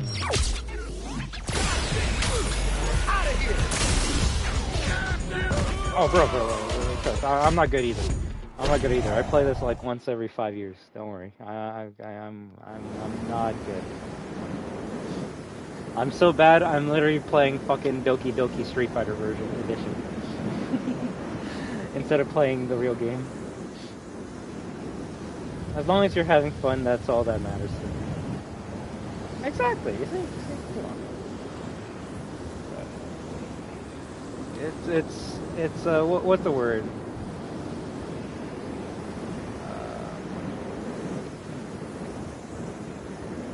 It's cute. You'd think I'm good, but no. I just play these games for fun.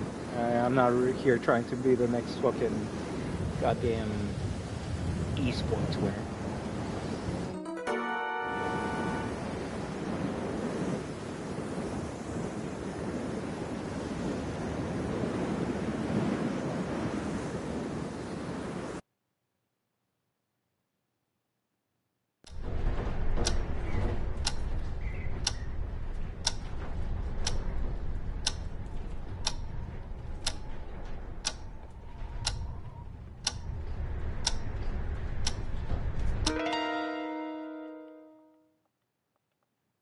The Banshees should still be the same 3 choices, right? I'll go William. William seems to be the right answer. But I feel like it's gonna end the route.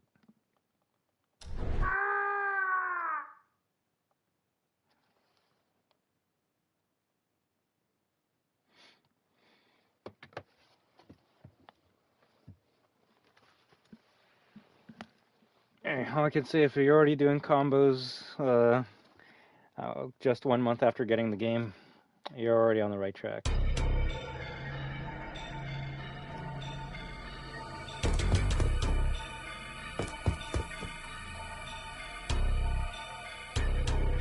Is there, like, what do you do with the game? Like, do you just play arcade mode? Do you play the single player story mode? Do you go to, like, Battle Hub? How do you enjoy Street Fighter 6? Everything seems to be the same. Shit.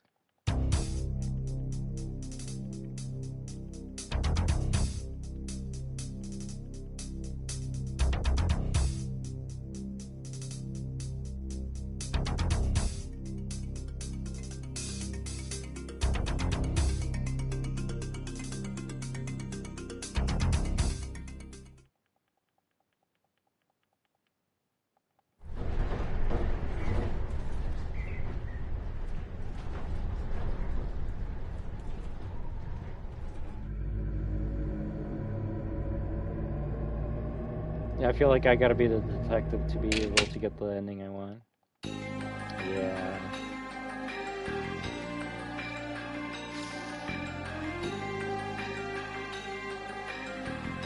I haven't gone online yet because I can only do so when I go to my dad's house, because that's where I actually have usable Wi-Fi. Nice. And I go there once in a blue moon. But offline, mostly right now, World Tour, nothing wrong with that. Nothing wrong with that. As long as you can, connect to the internet every, 2 months to get the Street Fighter update that will give you another character and, maybe some, World Tour updates, and then you're good. Honestly, like I always say, play the games however you want to, but I feel everyone. Well, I don't know. I say everyone, but there are some masochists out there. Everyone will enjoy fighting games a lot more if they just play it however they want to, whether it's just offline arcade mode, offline world tour, just offline training. I think you'll have a good time. And if you're like, no, fuck that shit, I want to go online and become the best, then hey, as long as you're not an asshole. In either category, as long as you're not an asshole being like, fuck online, I'm gonna play single player. Like, fuck single player, I'm only gonna go online. At the end of the day, we're all playing the same fucking game, so I don't think we should be like forcing any side of the community out. I'm exaggerating a bit, but I rarely take my laptop when I go there because my mom turns it in. No, I can understand. It's like, hey, you gotta hang out with your family, but it's like sometimes they might not want to do anything. It's like, well, shit, I should have brought my console in so I can at least play, or PC. But no, that's good. If anything, would love to hear your progression of the game as the months and years go by.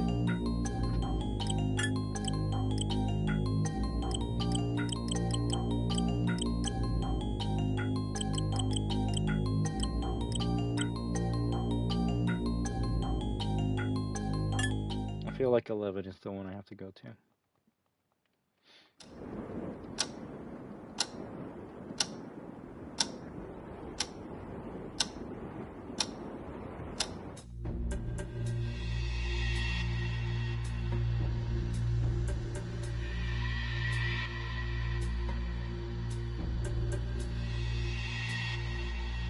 I think it's after this that I could become a detective.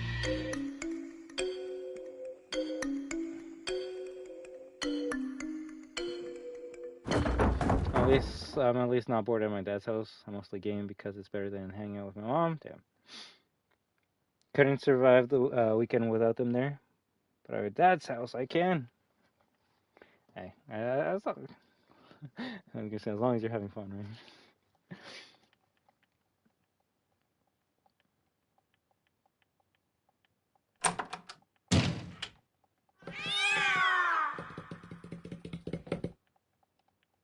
It's one of those, like, one parent lets you do something more than the other.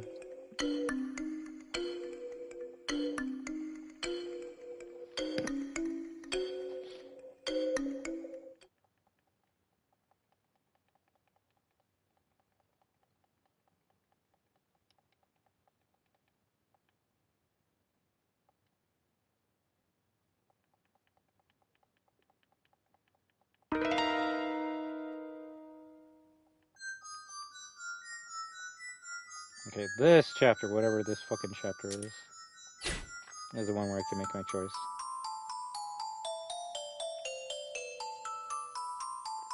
Oh, we gotta pick Bobby. Bobby! You're the culprit. And damn, now he's gonna fucking hate me.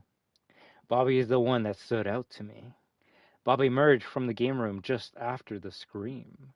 He claimed he was going to fetch the key. If we can believe that.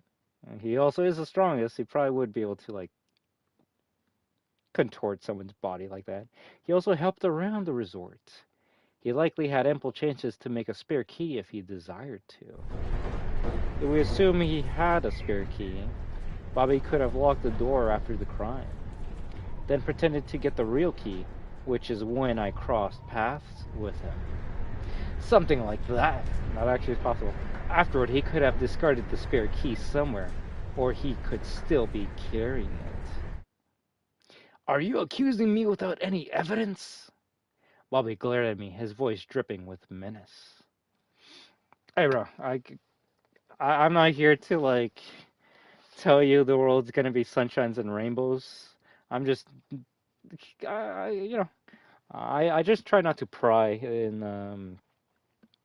in things that are probably, I don't know, a bit too personal. But hey, if you want to talk about it, then I'm down with that. My best friend, his parents split when they were young, so it was always interesting to see, like, going to his dad's house, and that's where we would always have fun playing video games and stuff. And then go to his mom's, and he didn't really get to do as much because one parent might be a bit more controlling than the other, but that's just parenting, right? Definitely, I'll say at least with my friend, he definitely liked being with one parent more than the other. The one that, funny enough, kind of didn't really, I don't want to say care, but the dad kind of like let him do whatever he wanted to, and the mom was the one like actually trying to like be a parent. So hey, I'd probably be the same way if I had like divorced parents. I'd be like, yo, I want to go with my dad because he just lets me play video games and drink Coca-Cola all night long, and my mom makes me do homework. Yeah, I just don't like my mom. She's done horrible things like spending child support on herself for trinkets. Yeah, that can be very bad. And it's annoying and in general is a pain. My dad is honestly more harsh, but he cares. No, I can see that. With the context, you obviously are going to want to be with the one that actually cares about you. My dad basically was doing the same shit with my mom. The worst part is they were together, so my mom would get money and my dad's like, yo, time to buy booze. And it's like, what the fuck? But as long as you have a strong, healthy relationship with both of them, but obviously the one that you feel respects and cares about you a bit more. So don't feel like it's getting too personal or too mope your sappy. We're only playing fucking Street Fighter 6, the goddamn visual novel. It's okay. We can talk about anything. If anything, you're fucking saving me because at least when it comes to this mode right now, if I'm not seeing anything new, it is kind of annoying trying to find the right routes. Wanted to get this game to play Gao because he looks so cool, but it's so difficult to do combos with him. Shit, I bet. I haven't used Gao since Street Fighter 5. I think that was the only time I ever used Gao in my life. And well, 5 was easier than 4, that's for sure. But I was doing some combos with Gao that made me go, shit, I actually love this fucking guy. I need to use him more. With Street Fighter 5, I always use every new DLC character for a month. It was a lot of fun. Kind of hard to do it with this game when like fucking 4 characters cost like $40. What the fuck? Holy shit. If I searched you and find a spare key, I don't think you should be touching Bobby. I'll make you eat those words. If you want some, come get some. Are we fighting? I love how Buddy fucking just takes off all my shit, right? Bobby Troider? Yo, we got his full name. Bobby Troider. Take this! Take this!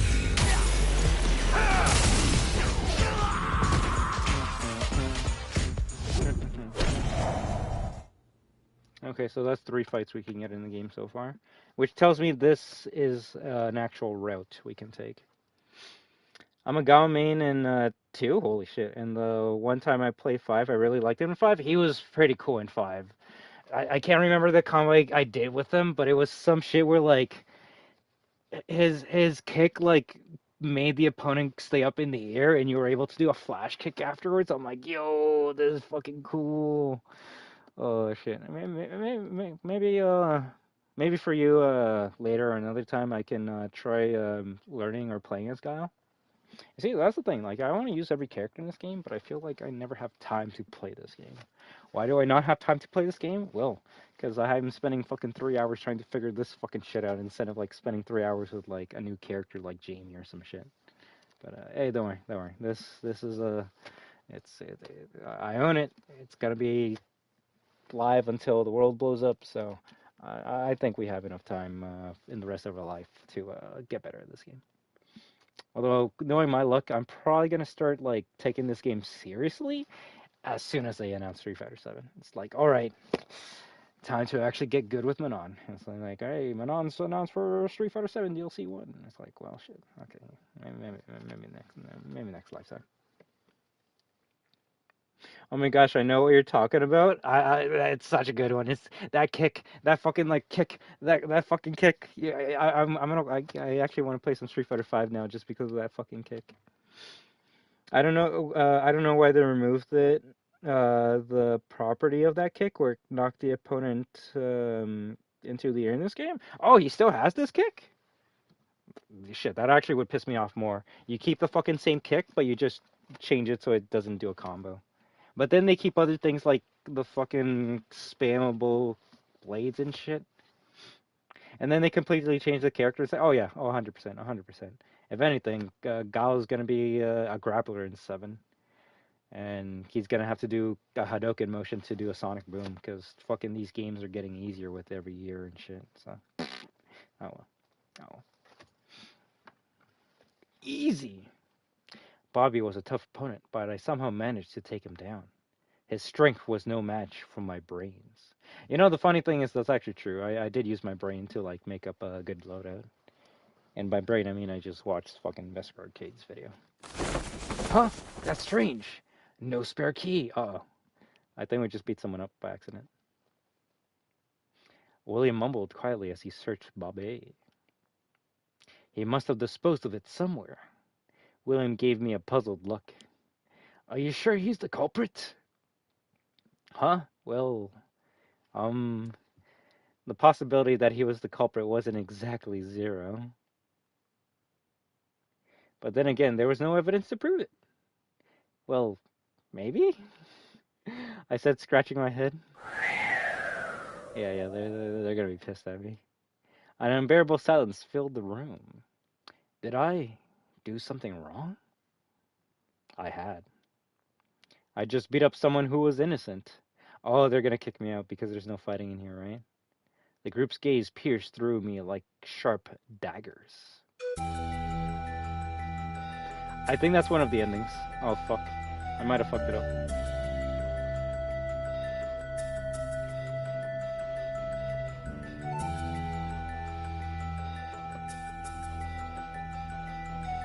Oh, let me. I have a bad habit of reading like the first sentence and then replying, even though I should read the rest of the comment. But I'll say this: if you want my opinion, I can give you my god honest fucking opinion. It probably won't hold much weight, and I'll give you context why. Or I can give you the community's opinion, which is, hey, I saw this comment on YouTube that said this about this. So, it really depends what you want, but let me read what you said. I don't know what you think, but people have been saying Zangief is really good in Season 3. I've been keeping up with tier lists a year before I got the game, and Zangief was constantly bottom? Interesting. That's actually interesting. Well, if you're still writing a reply, I can give you both answers. Now, the community's response will be like, Zangief was a menace, and he needs to be nerfed. But at the same front, I hear that, like, Zangief players, right? It's always the people using them that, like, underplay their character's performance. But, I mean, I can kind of understand when the Zangief players say, like, he doesn't have green hand, so he kind of needs some shit to be able to, like, get in. So I don't know. I don't know. At the end of the day, it's kind of hard to balance a grappler because they have to be able to do massive damage, but you also can't make them easy to use, because then everyone's just going to be a grappler and fucking kill the, I don't know, soul of the game for the whole entire duration the character's overpowered as shit till. Case in point, Laura from Street Fighter V. Grappler, probably the best character in the fucking game. They kept on trying to nerf her. She did eventually get nerfed, but out of every grappler in Street Fighter history, she's gonna be the hands down, like, most broken grappler in a video game that they didn't want to nerf her because she's a new character, but also she's selling skins and shit. But also people are getting pissed at the grappler and getting all the wins, so I don't know. And that's why, now I'll give you my opinion. I honestly have not played enough Season 3 to be able to give you any rankings to any of the characters. I haven't been keeping up much with tier lists, but when I do sometimes go on Twitter for a second, I see people bitching about, like, certain characters. Zangief is not one of them, funny enough. Not saying that he's not a problem, it's just there's 3, if not 5 characters that are more of an issue than he is, and that's why I have not seen Zangief pop up as much as I guess he did in the first year, where The 5 characters, funny enough, were not in that game at that point. Okay, one of them was. Kept. The other characters kept on being added with Season 1 and 2, and yeah, they broke the game so badly that they keep on getting nerfed. They keep on getting nerfed.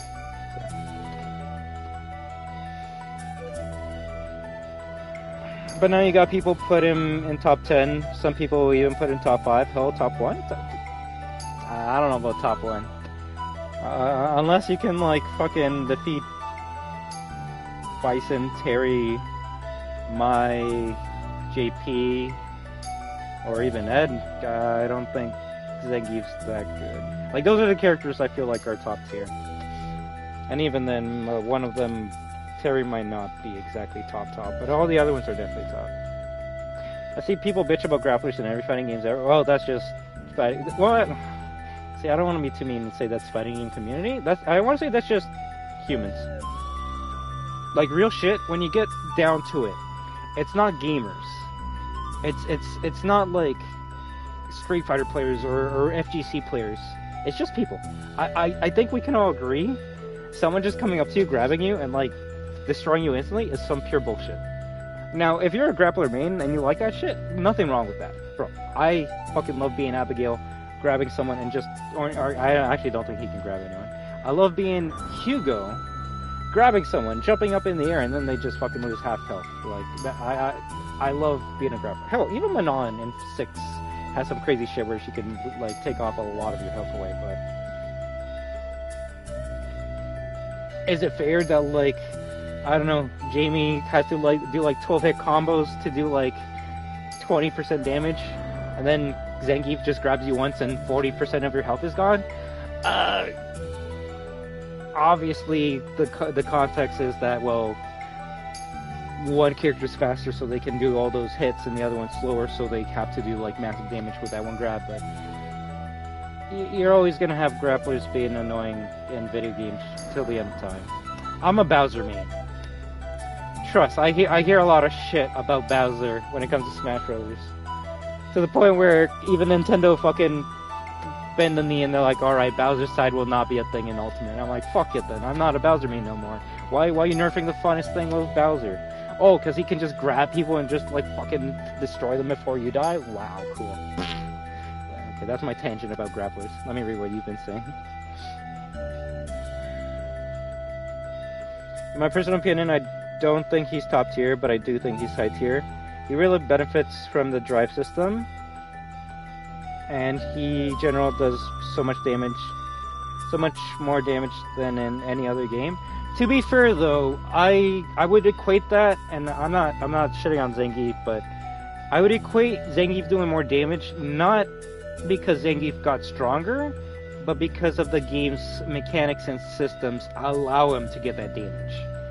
Like, I could say, yo, Ryu Shoryuken has never been as strong as it is in this game.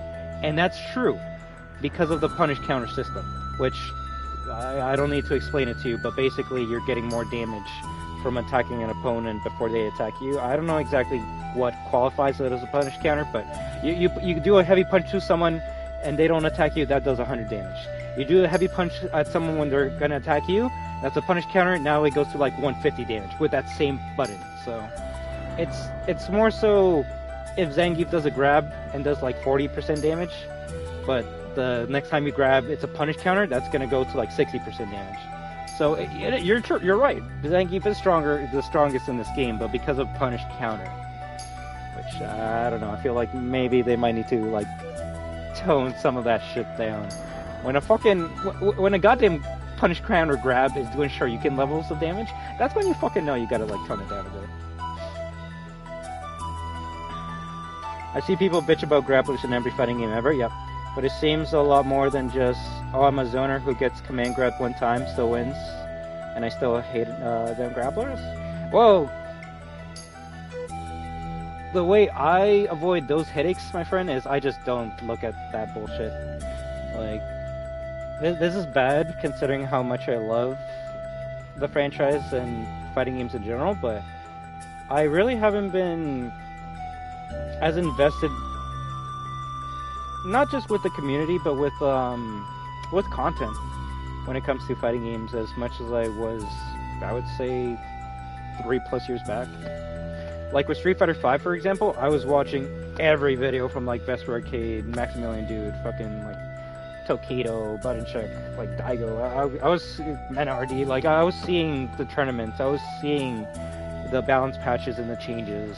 I was using every new character. I was trying to like be as close as I could to the scene as I possibly could, and just haven't really been able to do that with this game or any of the fighting games that I've been playing. Mortal Kombat, Tekken, Street Fighter, Token. I don't know if it's because I lack drive or motivation, no pun intended, or, and this is what I've been like realizing, I want to say it's just because of streaming. One, I stream too many other games to be able to put that time and attention into Street Fighter like I used to, but also, and this is more so on me than anyone else, the pressure. There's a weird pressure you have whenever you stream a game or do something, and I don't know, I get it more so with fighting games than anything else. The pressure of like having to be good, having to be right, having to like not lose, not make any mistakes. I feel it's just too much for me, and that's why I avoid streaming Street Fighter. I mean, look at us right now. We've been streaming this game for like 2 hours, and I mean, other than the AI, we haven't really like fought online. Do I want to fight online? A little bit, but I also kind of don't want to lose on stream because of the consequences. I don't know. It's probably because of Snake Eye's performance that people are putting Zangief so high. But he is also a god tier Zangief in every Street Fighter game. Exactly. That's like well, I don't know. It's kind of hard to think of a big name when it comes to like shooting games. You know, Shroud. It's like if Ninja, you know, Ninja from Fortnite. It's like if Ninja from Fortnite started playing the new Black Ops 7. And he's like, oh, this AK is fucking amazing, and he's just destroying everyone with it. And then you try and like use that gun and setup that he uses, and you just can't get a kill with it. And you're like, damn, this gun, this weapon's trash. I thought like it should be the best. And it's like, no, it's only the best because the best player can really make that weapon or character or whatever, just use them to their max potential. But just anyone that picks up the game will not be able to do that. So I'll say it is funny when the community goes like, this character needs to be nerfed because like these high-level players can like use them effectively. It's like, well, unless you're fighting like Joe Schmo 5 times a day and they're doing the same shit to you, I don't think we need to be comparing the casuals to the elites. I don't know. It's kind of like when Dead by Daylight does changes because like the good players are abusing these certain perks and strategies, but like the casuals, noobs, are not using those strategies or perks, and then everyone just gets fucked. Everyone just gets fucked. Let me continue reading. I'm not exclusively a grappler main, but I do enjoy them a lot, and I'd say although I think I'm pretty bad in most fighting games, I think I'm decent in 4 where I main Zangief and Abel. All I can say is if you can like kick ass with Abel, you're a grappler main to me, alright? I don't know if you need like any praise or validation, even if I don't like see you play, but the fact that you even try, that speaks volumes, alright? There's some people that wouldn't even touch the fucking game, so yeah. And I'll be honest, in my community, not many people play fighting games, so when I do find one, like you, it is nice to be able to have these conversations and just shoot the shit about fighting, about just a genre that not many people play because of how tough it is to enjoy. I would say, funny enough, I would put fighting games beside horror games. They're kind of tough to get into because of the hump. The hump of horror games is I don't want to get scared playing this game. That's the hump of a horror game. The hump of a fighting game is learning to fucking actually play the fucking game. Because you don't gotta learn how to play Resident Evil, like RE7, no. It's like you move the character and you shoot when you see something. The thing preventing people from playing RE7 is it's scary. There's scary people chasing me in the dark. I can't deal with that. It's too much. And that's why they'll more than likely just watch other people play. And funny enough, that's the same thing with like fighting games. It's like, damn, I don't know how to like play this fucking thing. I'm just gonna watch someone else play. I mean, maybe I'm unintelligently exaggerating his damage? No. Like, real shit, I could show you, Zangief can take away, like 40% health with Punish Counter. Zangief is strong in this game. It's just the game's mechanics make him strong. But that can be said for all characters. But Heavy, Super Pile Driver? In 6 versus Heavy Super Power Driver in 4, 6 does so much damage. And also, he has better combos, too, for less resources. Well, I mean, yeah, but that's because of, like you said, the drive rush system. That kind of just lets everyone get more combos with fewer resources and shit.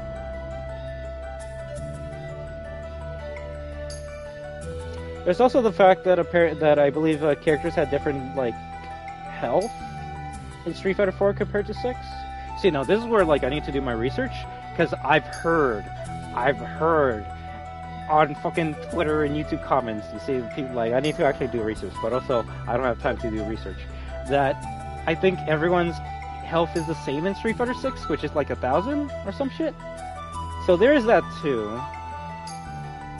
Whereas in Street Fighter 4, some characters might have more health and some might have less health.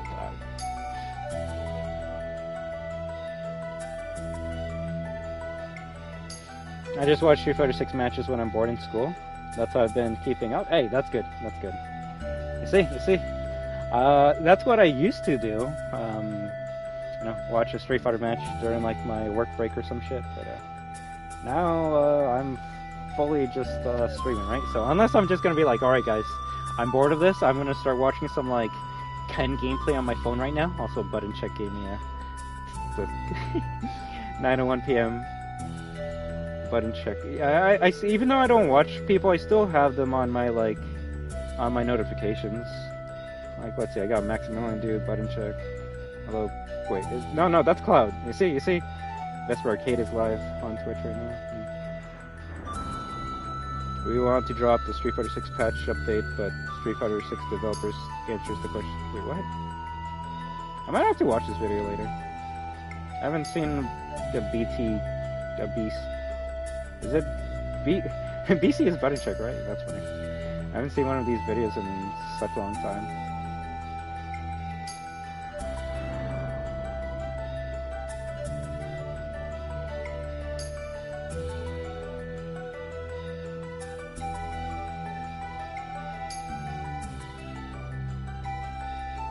Wait, does Street Fighter have like a fucking a video? I'll have to watch this later. Whatever. At the end of the day, just kick ass, right? Kick ass and kick names, whatever. Let's see. I mean, I don't really care about you being perfect. That means a lot. Trust. That actually means a lot. There's, I don't know. It's more so just, I guess, bad thoughts I put into my own mind. It doesn't matter what game it is. It's just the pressure of wanting to make entertaining content for my viewers to watch. That's really it. It's like, oh, I want to play Little Nightmares 2, but I also got to make sure that it's not boring and people just don't go like, yo, you're not saying nothing, you're not doing anything, this is boring as shit. See, I'm too used to just playing games without having a camera or talking. So it's a real challenge to figure out what to fill up the dead space in with. There's probably some people who might be bitches.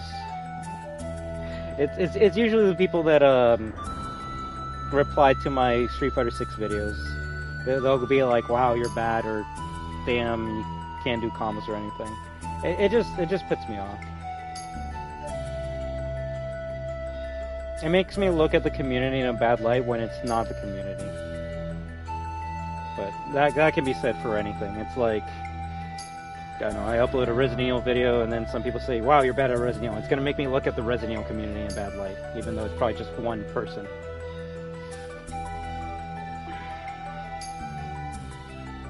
But I mean, no one's perfect at anything, and I know damn well I'm not that good either. Hey, maybe, like I said, maybe I just glaze my audience too much, but to me, the fact that you're playing it, I would actually say you are good. Now, am I gonna start like praising you to the fucking FGC Twitter and be like, yo, Mr. Molecule's the greatest fucking Zangief player of all time, get fucked? Obviously not. Not at least until like I can be confident in my words. I can be like, yo, no, you actually are the best fucking Zangief player of all time. And even if you're not, who the fuck cares? In my heart, you will be the best Zangief player of all time. Because that's just how I am with my audience. If you're using a character, especially one that I don't use or don't know how to use, fuck, to me, you are the best world's fucking... You are Snake Eyes.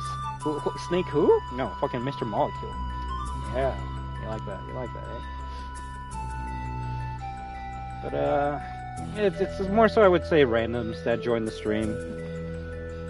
There is a pressure, like, that's the word, right? Like, someone new is joining the stream. They're like, hey, I want to watch this guy for Street Fighter 6. But you also don't want to watch someone bad, right? So at that point, you might as well just watch Snake Eyes or a professional. I don't know. But it really means a lot. It really means a lot. You see, if I had a group of people that just didn't care if I lost or won, then I probably would play fighting games more. Or even more ranked games.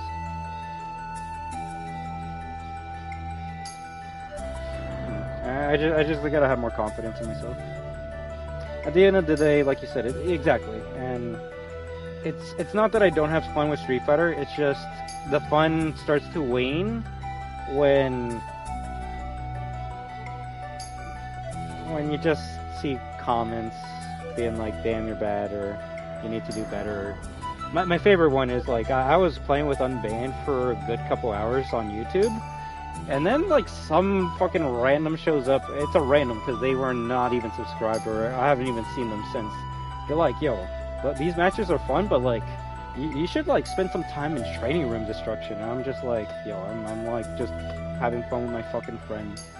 The fact that you see two people, two friends, two mates just shooting the shit, having fun in Street Fighter, and the only thing that you see is the scoreboard and go, huh, this guy's not having fun because he's like fucking 1 win, 30 losses. That to me is what frustrates me. That to me is what makes me go, okay, so there is a pressure that I need to be good. I need to do these combos. I need to do this shit for the randoms. Because otherwise, how are they going to subscribe, right? How are they going to stick around?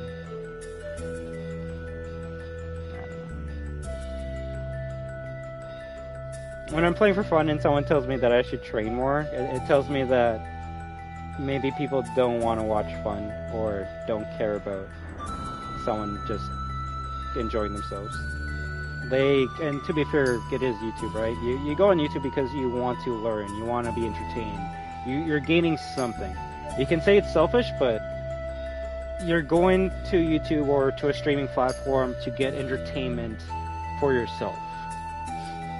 I can even, if we're gonna like make it between you and I, you came to the stream to have a conversation about Street Fighter 6, which I'm really much enjoying, and I hope you are as well, but we do come here for our own selfish reasons at times. So I can't get too mad at the community being like, yo, you gotta do like better. And it's like, yo, I just don't care about getting better. I don't know.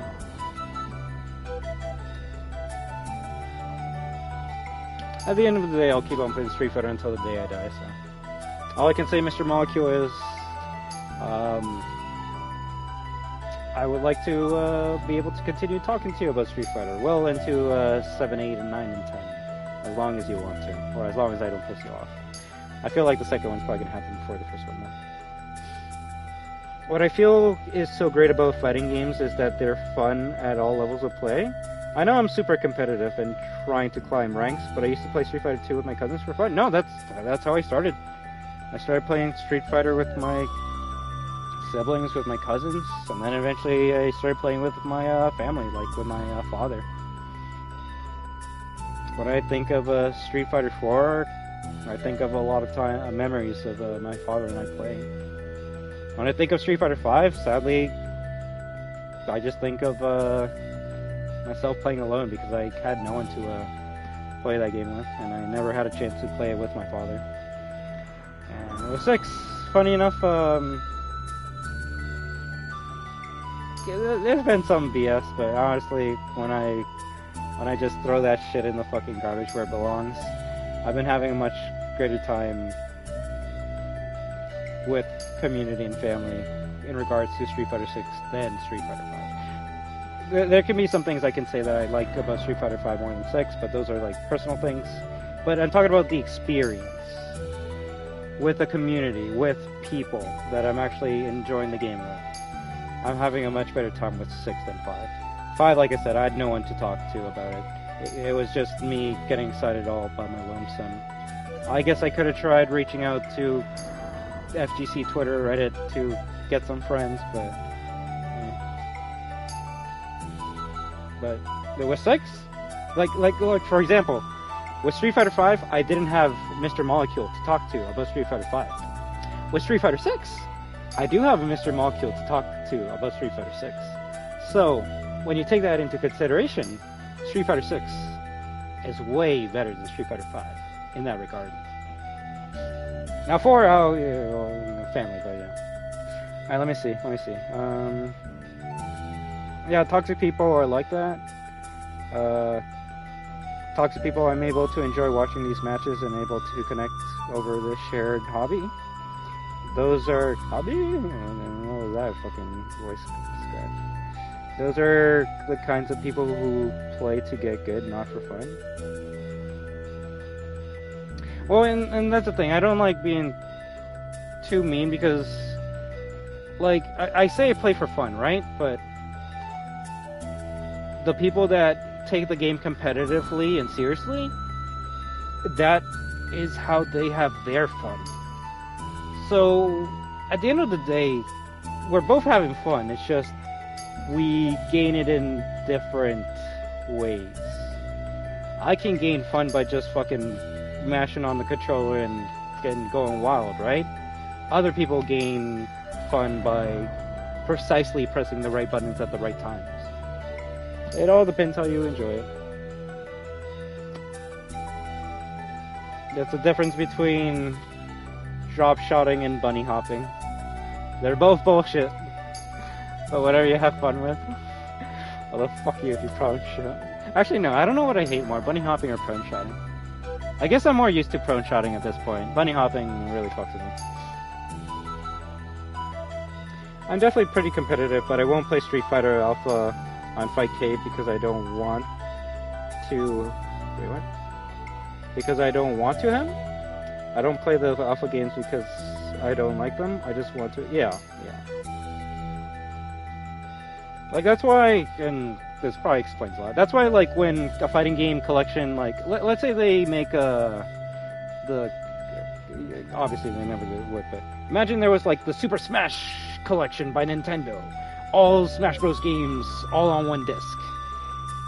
And then they go, like, and it has rollback netcode or this shit. To me, like, as a consumer, that's not really a big deal for me, because I'm going with the intention of playing these games offline.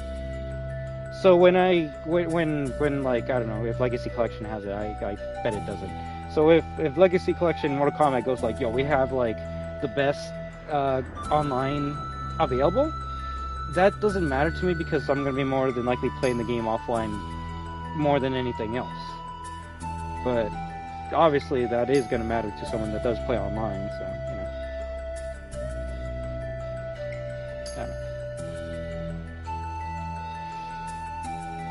That means a lot to me too because I don't know anyone else that enjoys fighting games. I do miss not being able to play with others that I know.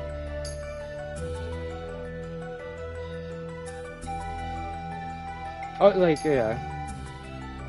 Off my autocorrect was being annoying again. I don't play alpha just because I want to win. And that's another thing. That can get into like a... Also, I feel like the stream's basically over. But you know what? I like the song, so we're good. We're good. But,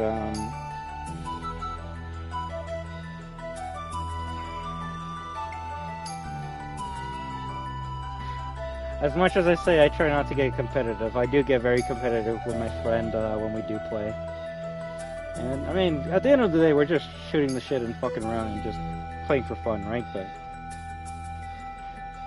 I think some of you can understand when I say this, but you don't really play a video game to lose.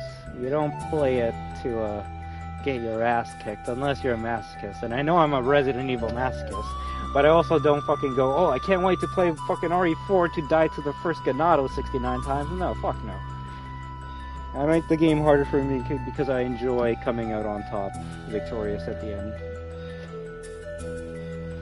We are destruction, right? So, yeah. Play games for fun, but also, if you're losing 30 times in a row, maybe go to training mode. I don't fucking know. That's the thing. That's the thing. Maybe buddy who lost 30 times in a row is actually having fun. I think the main takeaway from this conversation is people should stop telling other people how to have fun. No, real shit. That's what I learned. It's like, yo, I'm having fun with my friend. I'm having fun with my community. I'm actually having a great time. Don't tell me how I should play the game or what I should do just because of you. Because at that point, if someone says like, hey, you should go to training mode to like get better and shit, they're not having fun. They want you to get better so they can have fun watching better matches. So at that point, go fuck yourself. Go watch someone else. I'm having fun. I'm having my own great time. At this point, I feel like I'm yapping about random shit, but hey, you know what? That's what we do here on Street Fighter. Let me continue. That's true, but for example, I played MK11 with my cousin recently, got my ass whooped, but it was amazing.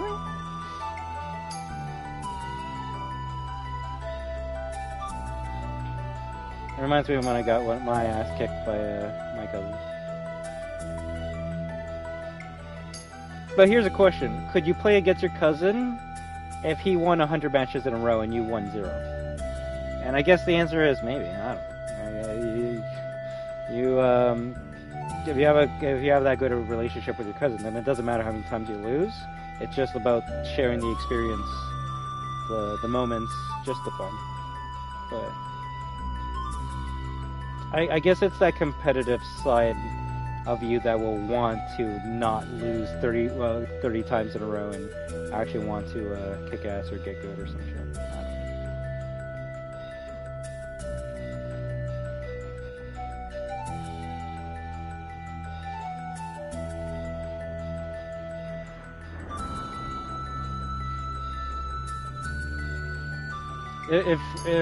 If I gotta be honest, I just gotta stop letting the bad experiences with this game hold me back. Every time this is a good game and I have fun with it, but every time I want to play the game or I feel like I want to play with my friends, I get reminded of the bullshit. I get reminded of the bad moments that I've had with this game for the past 3 years, and that's actually what prevents me from playing it.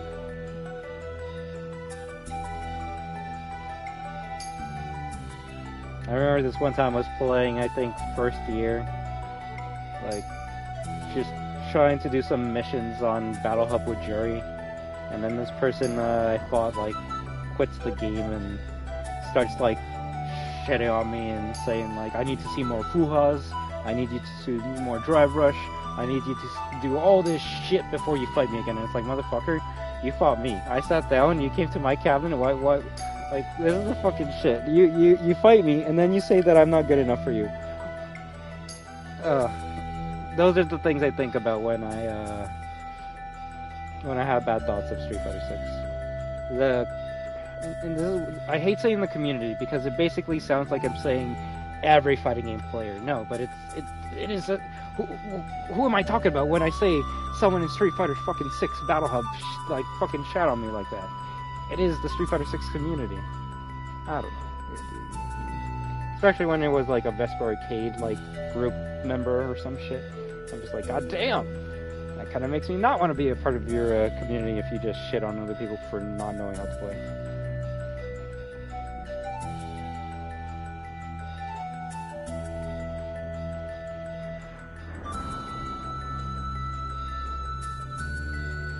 I feel like the Dead by Daylight community and Street Fighter community would mesh very well.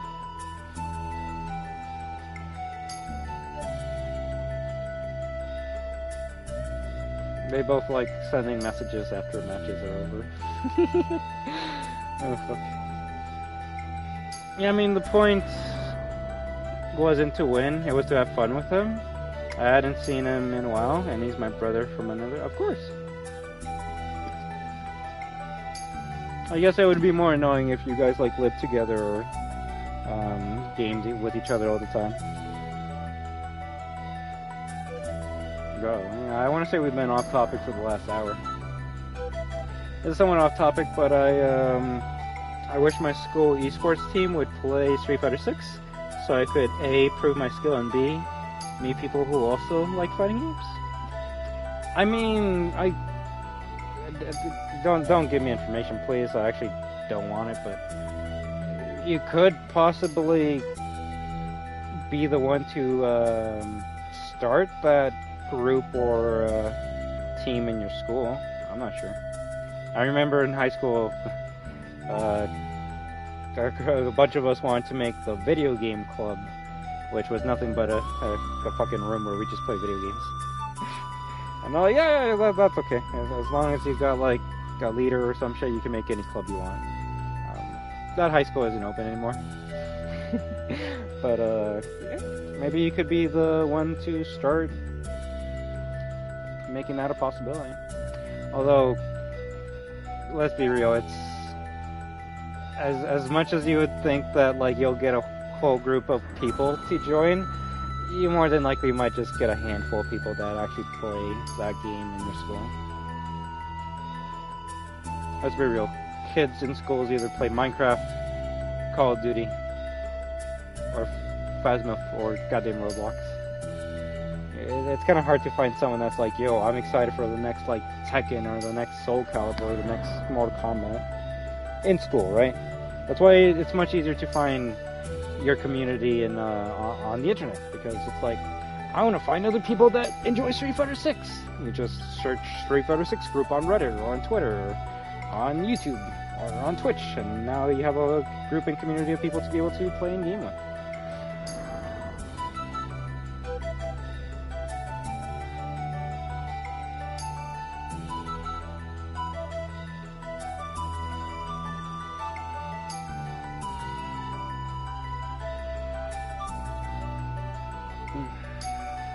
Yeah, I'd say you can still at least find out people that play Street Fighter in your school.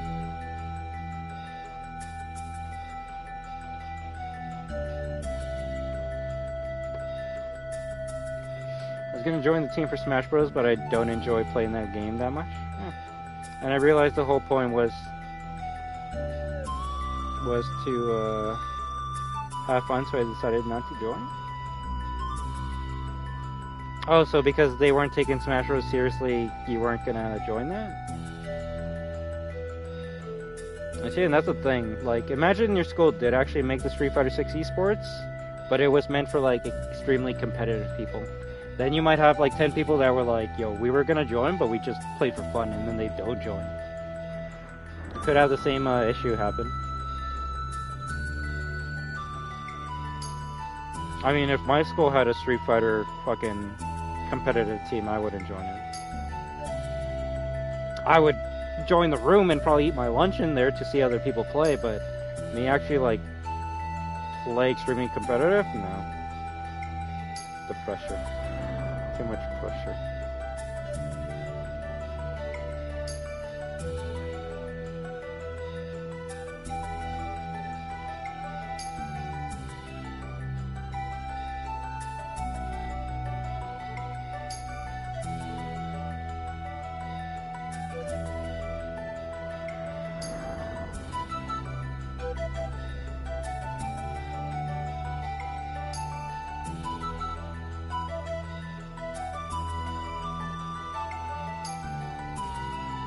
No, they do it.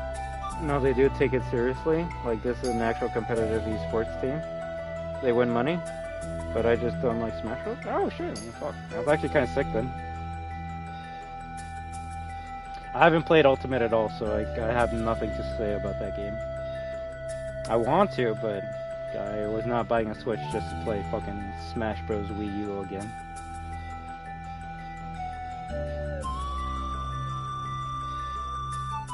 Funny enough, if we're talking about metas, that's the game where I hear like the fighting game characters are like the worst. It's like, yo, I want to use Kazuya, Terry, Ken. It's like, oh yeah, they're all dog shit compared to Minecraft Steve. It's like, cool. Yeah, that's Smash Bros. Balancing for you.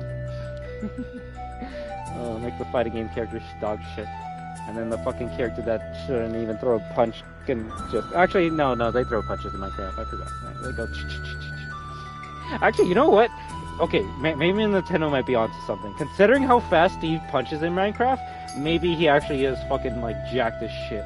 I didn't think about that. They go really fast in Minecraft. Okay, you know what? I'm scared of Minecraft Steve now. I'm scared. Also, I should like, finish this off, right?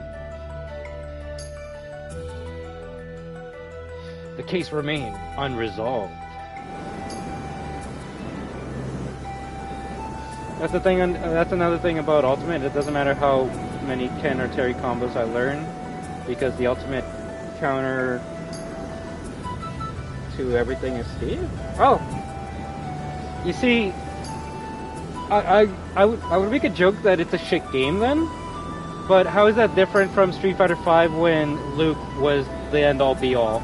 It's like, I want to use Sakura. Oh, I'm fighting a Luke online. I want to use Rei. Oh, I'm fighting a Luke online. I'm gonna use Guy. Oh, I'm fighting a Luke online. Like, this ain't a Smash Ultimate problem. This is just a fighting game problem. There's always gonna be that one character that dominates, especially by the end of the game's life cycle. And what can you do? What can you do? That's like me getting mad that Akuma was fucking a beast in Tekken, and everyone's just using him and shit. I mean, in Street Fighter 6, the counter is like what? Who is the strongest character right now in Street Fighter 6? Could still be Bison? The counter to Sagat Bison, the counter to fucking Survivor Bison, the counter to Ingrid and Galax Bison.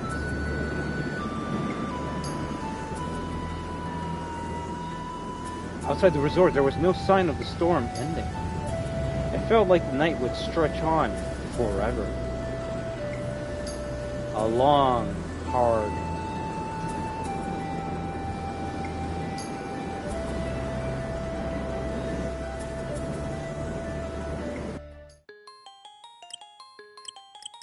Also, I guess comments aren't showing up on screen anymore. I mean, I won't deny Luke was dominating. Luke is still a menace. What are you fucking saying, man? Like, Luke literally broke Street Fighter V. There's nothing that can be said otherwise. But Steve is on a whole nother level. Other characters stood a lot more of a chance to Luke compared to Steve. He's on a whole new level. Well, I'll just take your word for it because I haven't used Steve, nor can I see like what would make him fucking overpowered as shit. But the point still stands. Steve DLC character was so strong that he broke the fucking game. Luke DLC character was so strong he broke the fucking game. Until they nerfed them, right? And even then, Luke's still stronger than fucking, you could say, every rest of the characters in Street Fighter V. But I was gonna bring up another character for Smash Brothers that already did what Steve did well beforehand. Bayonetta. Bayonetta was the last character for Smash 4. Literally broke the game. I mean, there was no counter to Bayonetta. The counter to Bayonetta was Nintendo. Nintendo had to nerf her. So, I don't know. I'm not here trying to like be like you're wrong, because you're not. It's just you're right. I'll say you're right about something that is literally has a case scenario for every fighting game you can think of. Hell, if I want to be boring, I could even bring up shooting games and be like, Well, in Call of Duty, they added this laser gun to Vanguard, which is a World War II game. So you have people with like bolt-action sniper rifles. You got people with like small-ass MP40s, a tiny little pistol, maybe a trench shotgun, and then the last DLC weapon is a fucking laser from Advanced Warfare that shoots one shots, and it's like cool. So we got a laser beam weapon in the World War II game. Do you think the Thompson was good at taking out people with the laser guns? No. The funny thing is, with Call of Duty, they usually never nerf the last gun, so if you play Vanguard right now, you're gonna get killed by that fucking experimental laser weapon. Now, can I get mad at everyone that's using that laser gun? Of course I can. Can I understand why they're using that laser gun? Of course I can. It's like me playing Street Fighter V. It's like, I want to use Sakura. Every match I'm getting into when Luke came out was nothing but Luke, and it's like, wow, I want to fight someone else that's new. And is it because people are using Luke because he's new? Is it because people are using Luke because they're trying to figure out what Street Fighter 6 is going to be about? Or are they using Luke because he's broken as shit? Funny enough, it was the last two choices.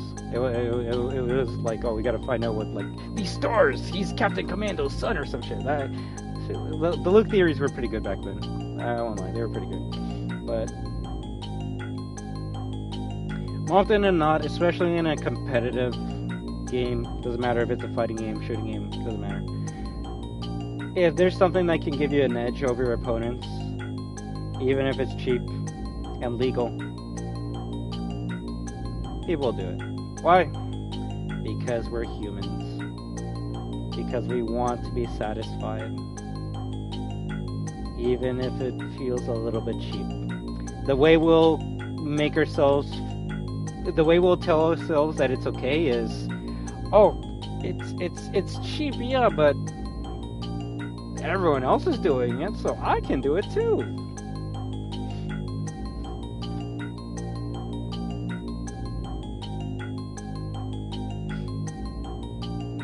Well, the funny thing is, I wouldn't even say Bayonetta was broken. It's just her mechanics made her a much stronger character than every other character in the game, which you could say is broken.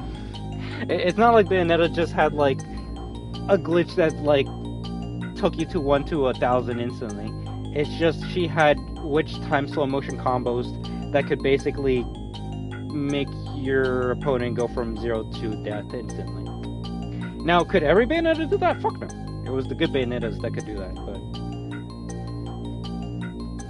Nintendo didn't want people to get to that good Bayonetta level, so they cut off her head before it could get to that level of danger. Not undermining your point because it still stands, but people have been saying Dhalsim is better than Luke recently? In Street Fighter 6 or Street Fighter 5? Because I was talking about Street Fighter 5 when I was talking about Luke. Sakura's not in this game, so when I was saying, like, I'm using Sakura and I see nothing but Luke, that was Street Fighter 5. If anything, I'll say every character from the last season of Street Fighter 5 was more overtuned than every other character beforehand, but...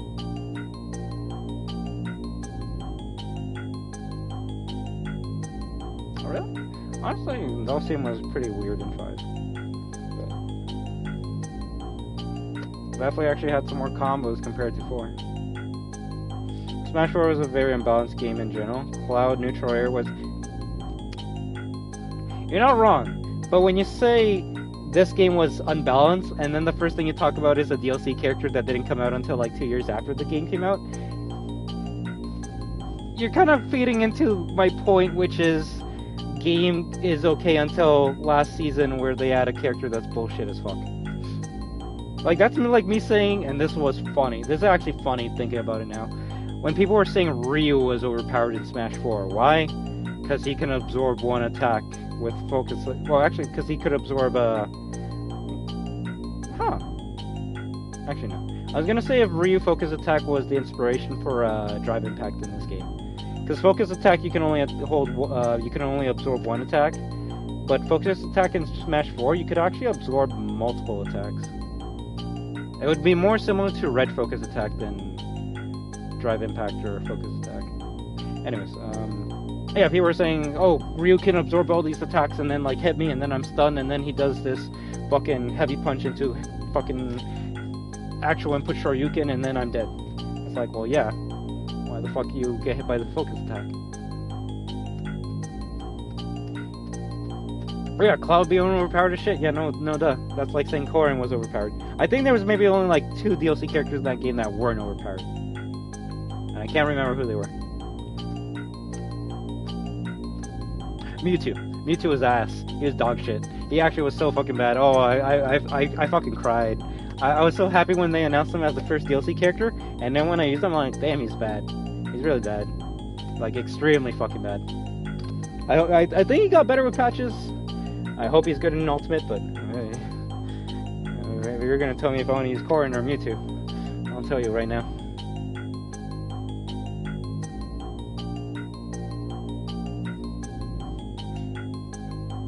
No, I'm not saying you had a bad point, friend. I'm just saying it's funny that we're talking about DLC characters, right? If we want to talk about like a game when it first came out, then shit. Let's talk about Laura. She was breaking Street Fighter V, right? Hell, Rashid? He got a lot of nerfs for some weird reason. Either there were characters day one Street Fighter V that were breaking the game. I would say Laura's the biggest one, though. But did Laura break the game as much as like Luke did? Fuck no. Because no one. Well, the thing about Laura is you kind of had to like be a grappler mindset.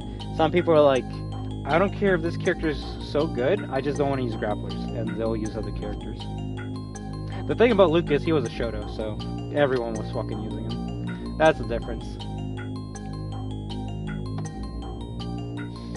At that point, yeah, but I feel like even before DLC, Smash 4 was pretty broken. I can't think of an example off the top of my head, but I still stand by that. Standing by empty examples, that's something that I do, my friend. That's something that I do. Probably, but that's what I mean. Like, day one, he was not good. I was like, I'm doing better with combos with Mega Man and Pac-Man than this fucker. I do like his, like, force attack that he does, though.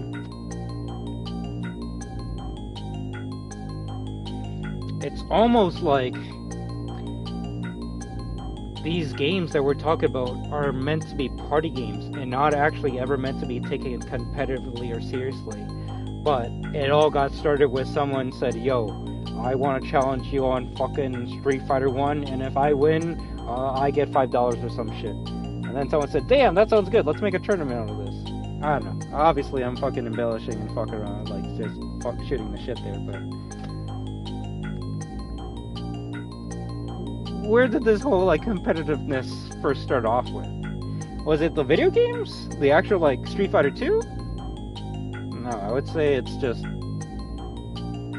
Well, I don't want to say it's the community. Just humans. Humans over time. We're a greedy bunch. If we can fucking monetize something, we fucking will. We fucking will. It's like, ooh, gambling? For video games, so we gotta get this shit going. So you're not wrong when you say Smash games are broken in nature to be fair. You're not wrong, but that's fighting games in general, man. Like I can pop in Street Fighter V right now, put it on the hardest difficulty. The AI will literally know what button I'm pressing because they're meant to be broken. It's never meant to be a competitive, super fucking take it seriously game.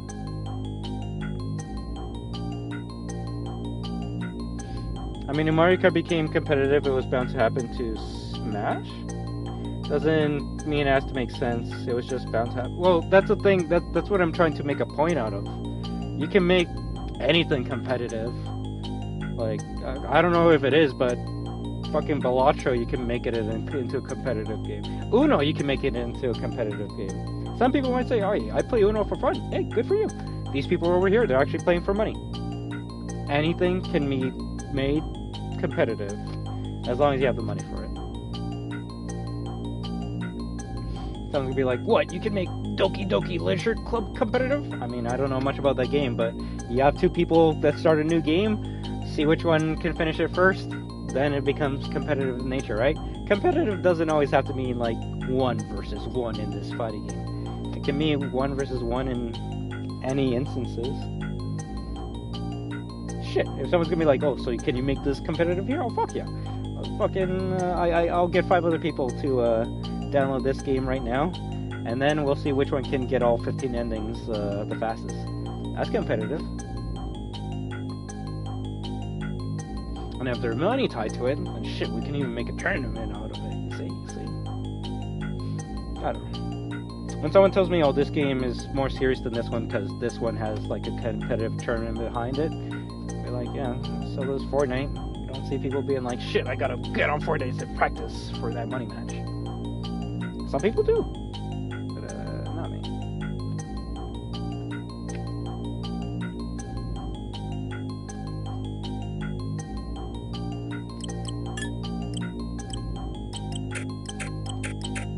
See, I don't want to watch a video to find out how to get like the extra areas, but I think I might have to. Hey, Dylan, how you doing? How you doing, Dylan? Now, if anything, I'm probably gonna go as well. Thank you very much for stopping by, Mr. Molecule. I hope you have an amazing day in class. Get some rest. Kick your teacher's homework's ass. There we go. There we go. And hope to be able to talk to you some more about Street Fighter next time you stop by, alright? Remember, whether we're playing or not, you're more than welcome to just stop by and yap about anything. That's how I am with my community. If anything, I know it's supposed to be me entertaining you, but you entertained me. If you didn't show up, I was just gonna keep on playing this fucking shit until I guess that's fine. But you know, some good conversations and some just good banter. Maybe one day, Dylan. Maybe one day. But not today.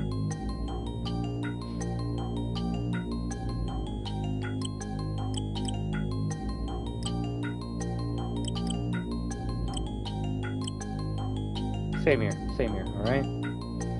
So as always, remember that you are destruction. WAHOO!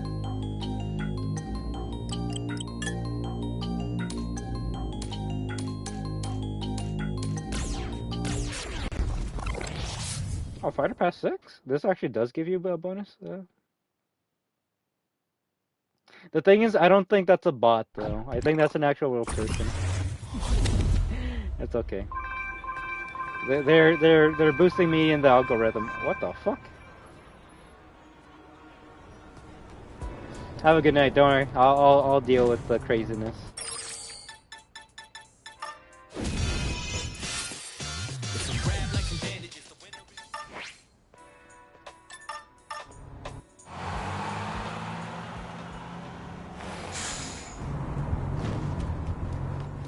After this fight, I'm gonna go take a break.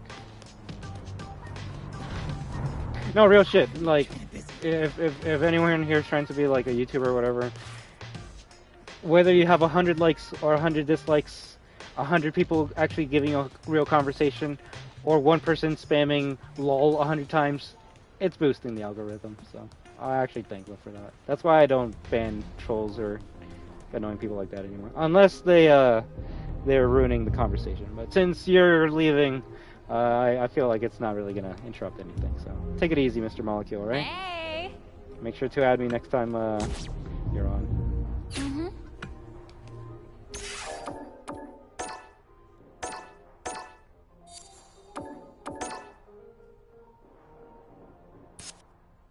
Three years later.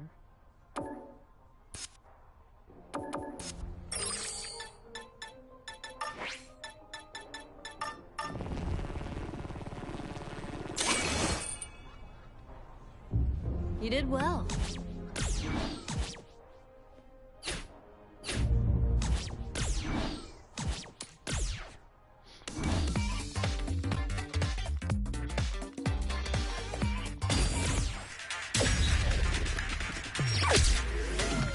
Go. What are these fighters going to do? Are you excited for the FNAF movie, Dylan? Tries to bait him with the projectile. Okay, this guy's fucking... Lays on the pressure with the projectile. Player 2 pushes the opponent into the corner. Not a lot of damage dealt so far. No telling how this match will turn out. Decides to go in with the target combo. If you're gonna use the super art gauge, you need to make it count with some solid damage. Strings it all together. Blows them. What's next? They're being absolutely relentless with this fireball pressure in the corner. Goes for a projectile to try and change the pace.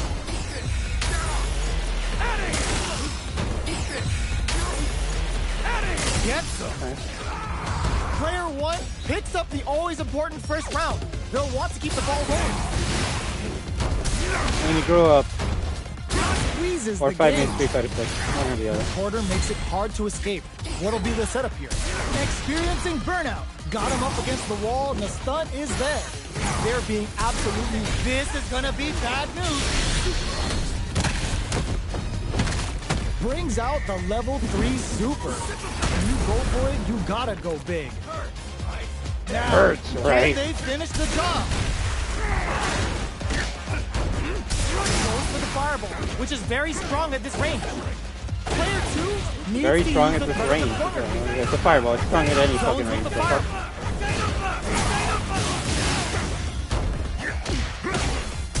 Gotta do better than that. We're at a standstill, but we may see an eruption soon. dead. No.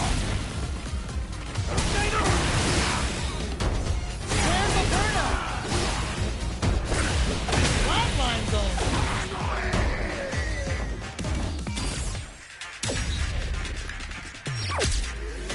We're here in the first round. Which one of them will let their fists do the talking? That's one huge life lead. Is this going where we think it is? Closes out the round with a fireball. Player 2 sets the tone with that win. Let's see if they can keep it up.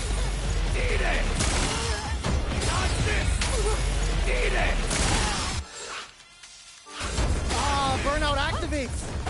In there. Stand long. Oh. Will we see our fighters fill each other out or just let it fly in this opening round? No more drive gauge. They couldn't shake the projectile. The funny thing is this build is Player missing one sets item the that tone I'm with gonna that try and win. grind for later. Let's see if they can keep it up. And if I can get that item, I'll Dashes up. get that super damage. Oh, they're in the corner now. No running away. Player 2 can build off this lead. Tries to bait out a reaction to a fireball. Goes for the fireball, which is very strong at this range. This is the ideal ring experiencing burnout. Nice lead is there, but still anyone's game. Crowns him from above. The next touch may decide this round. Closes in, flatline zone.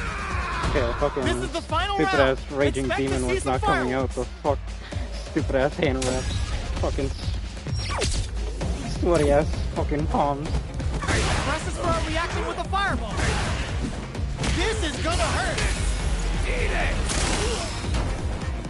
Player 1 can't let this simmer. They gotta start cooking. Both fighters are down to half life. The jump in is denied.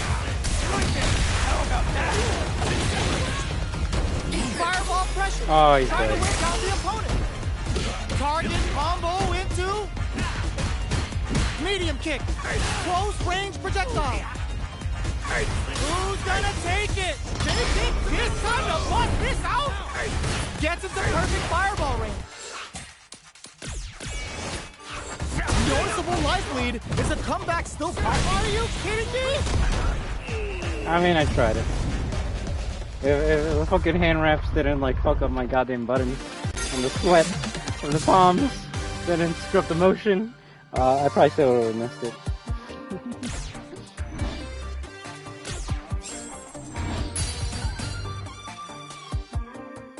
You don't Black A? disappoint.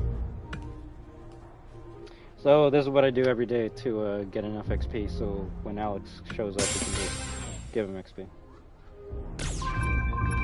Possibly give us money to buy more sodas and shit. Although, considering the build I have on, I don't think I'll ever need a soda ever again. Okay, that's a lie. I will need the soda, but I won't need the damage buff as much.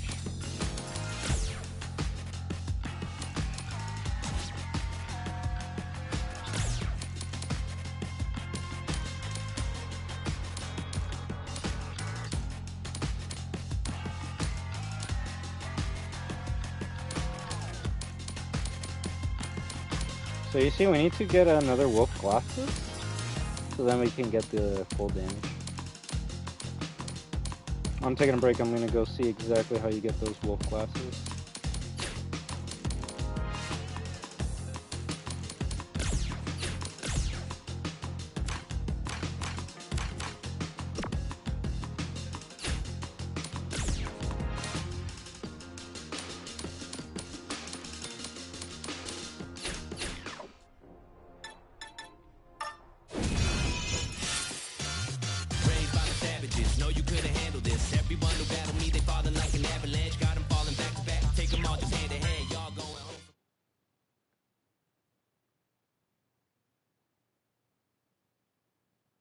Do you think we got put in number 2 or number 3?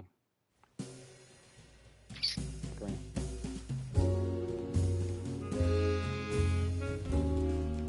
Can't see your face!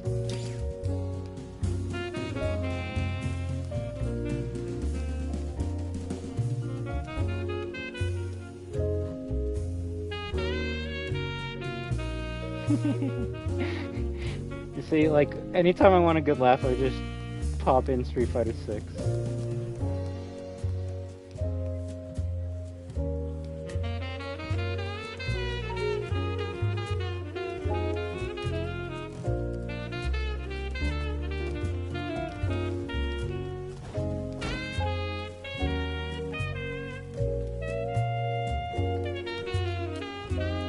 Why?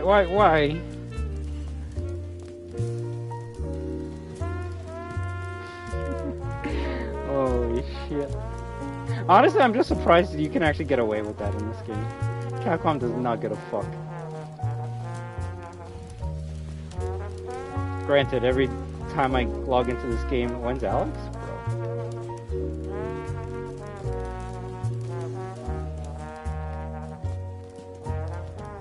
Didn't, like, see Viper just come out? This is this fucking community. New character coming out, fuck it, give me the next one.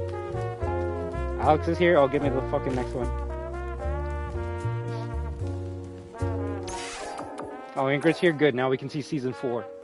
Oh, Season 4 does that my character? Fuck it, give me the next one.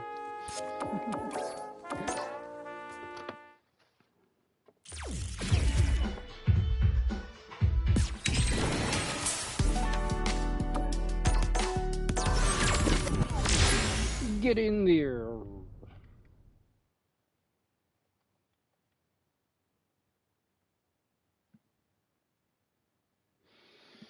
Yeah, tomorrow morning we'll continue with this Ghost Banshee shit.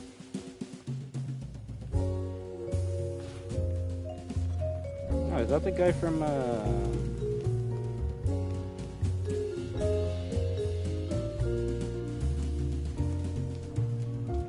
One Punch Man?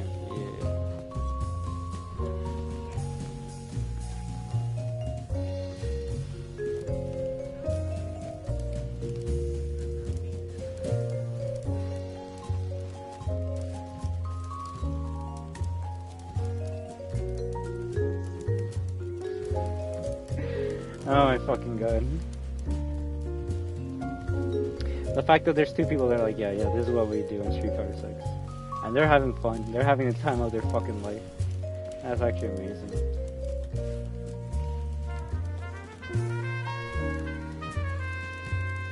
Oh yeah, the weird fucking butt creature.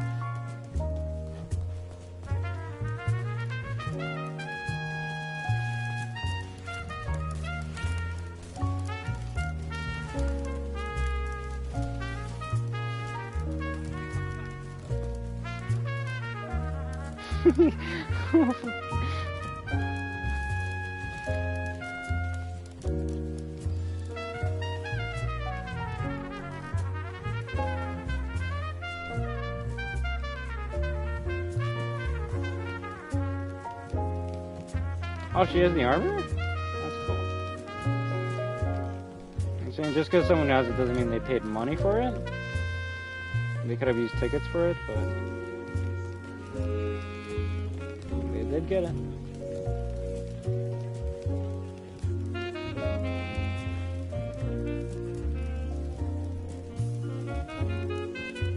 See, that's what I'm scared of.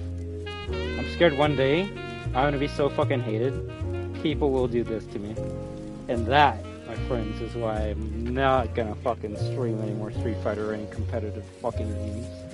Last thing I need is someone being fucking mad that I beat them or lost to them, and they're like, alright, time to make Destruction Bugs noobs or some other shit like that.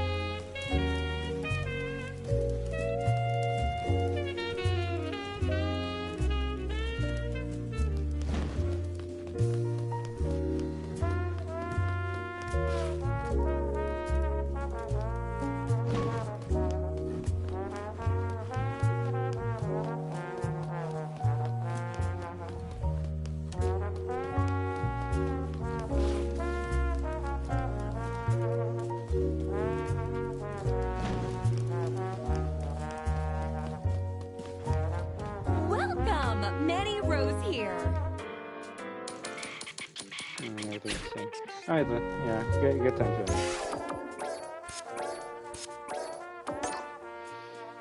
Alright guys, I would like to thank each and every one of you amazing destroyers and new viewers for stopping by tonight. You have been watching I Am Destruction. Continuing the, honestly I don't even know what the fuck it's called, Street Fighter 6 World Tour. The last Banshee's Cry X Street Fighter 6. We got 4? Well, we got 3 endings today, so we're at 4 out of 15. So tomorrow we'll do a much better job at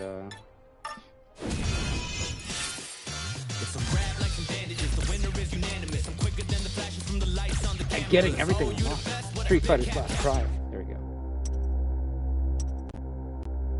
I do like this intro sequence.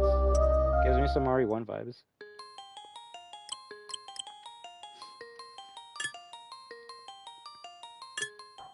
Yes. It's good and set up for tomorrow, so.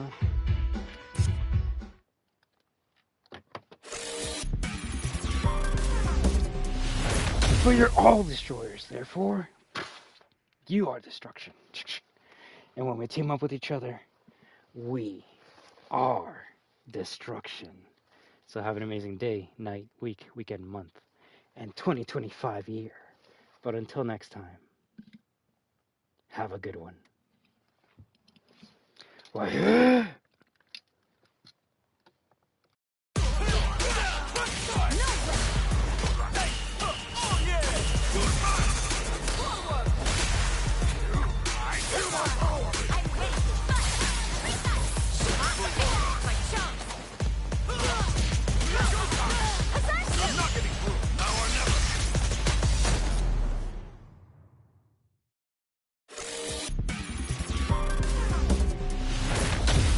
Street Fighter 6.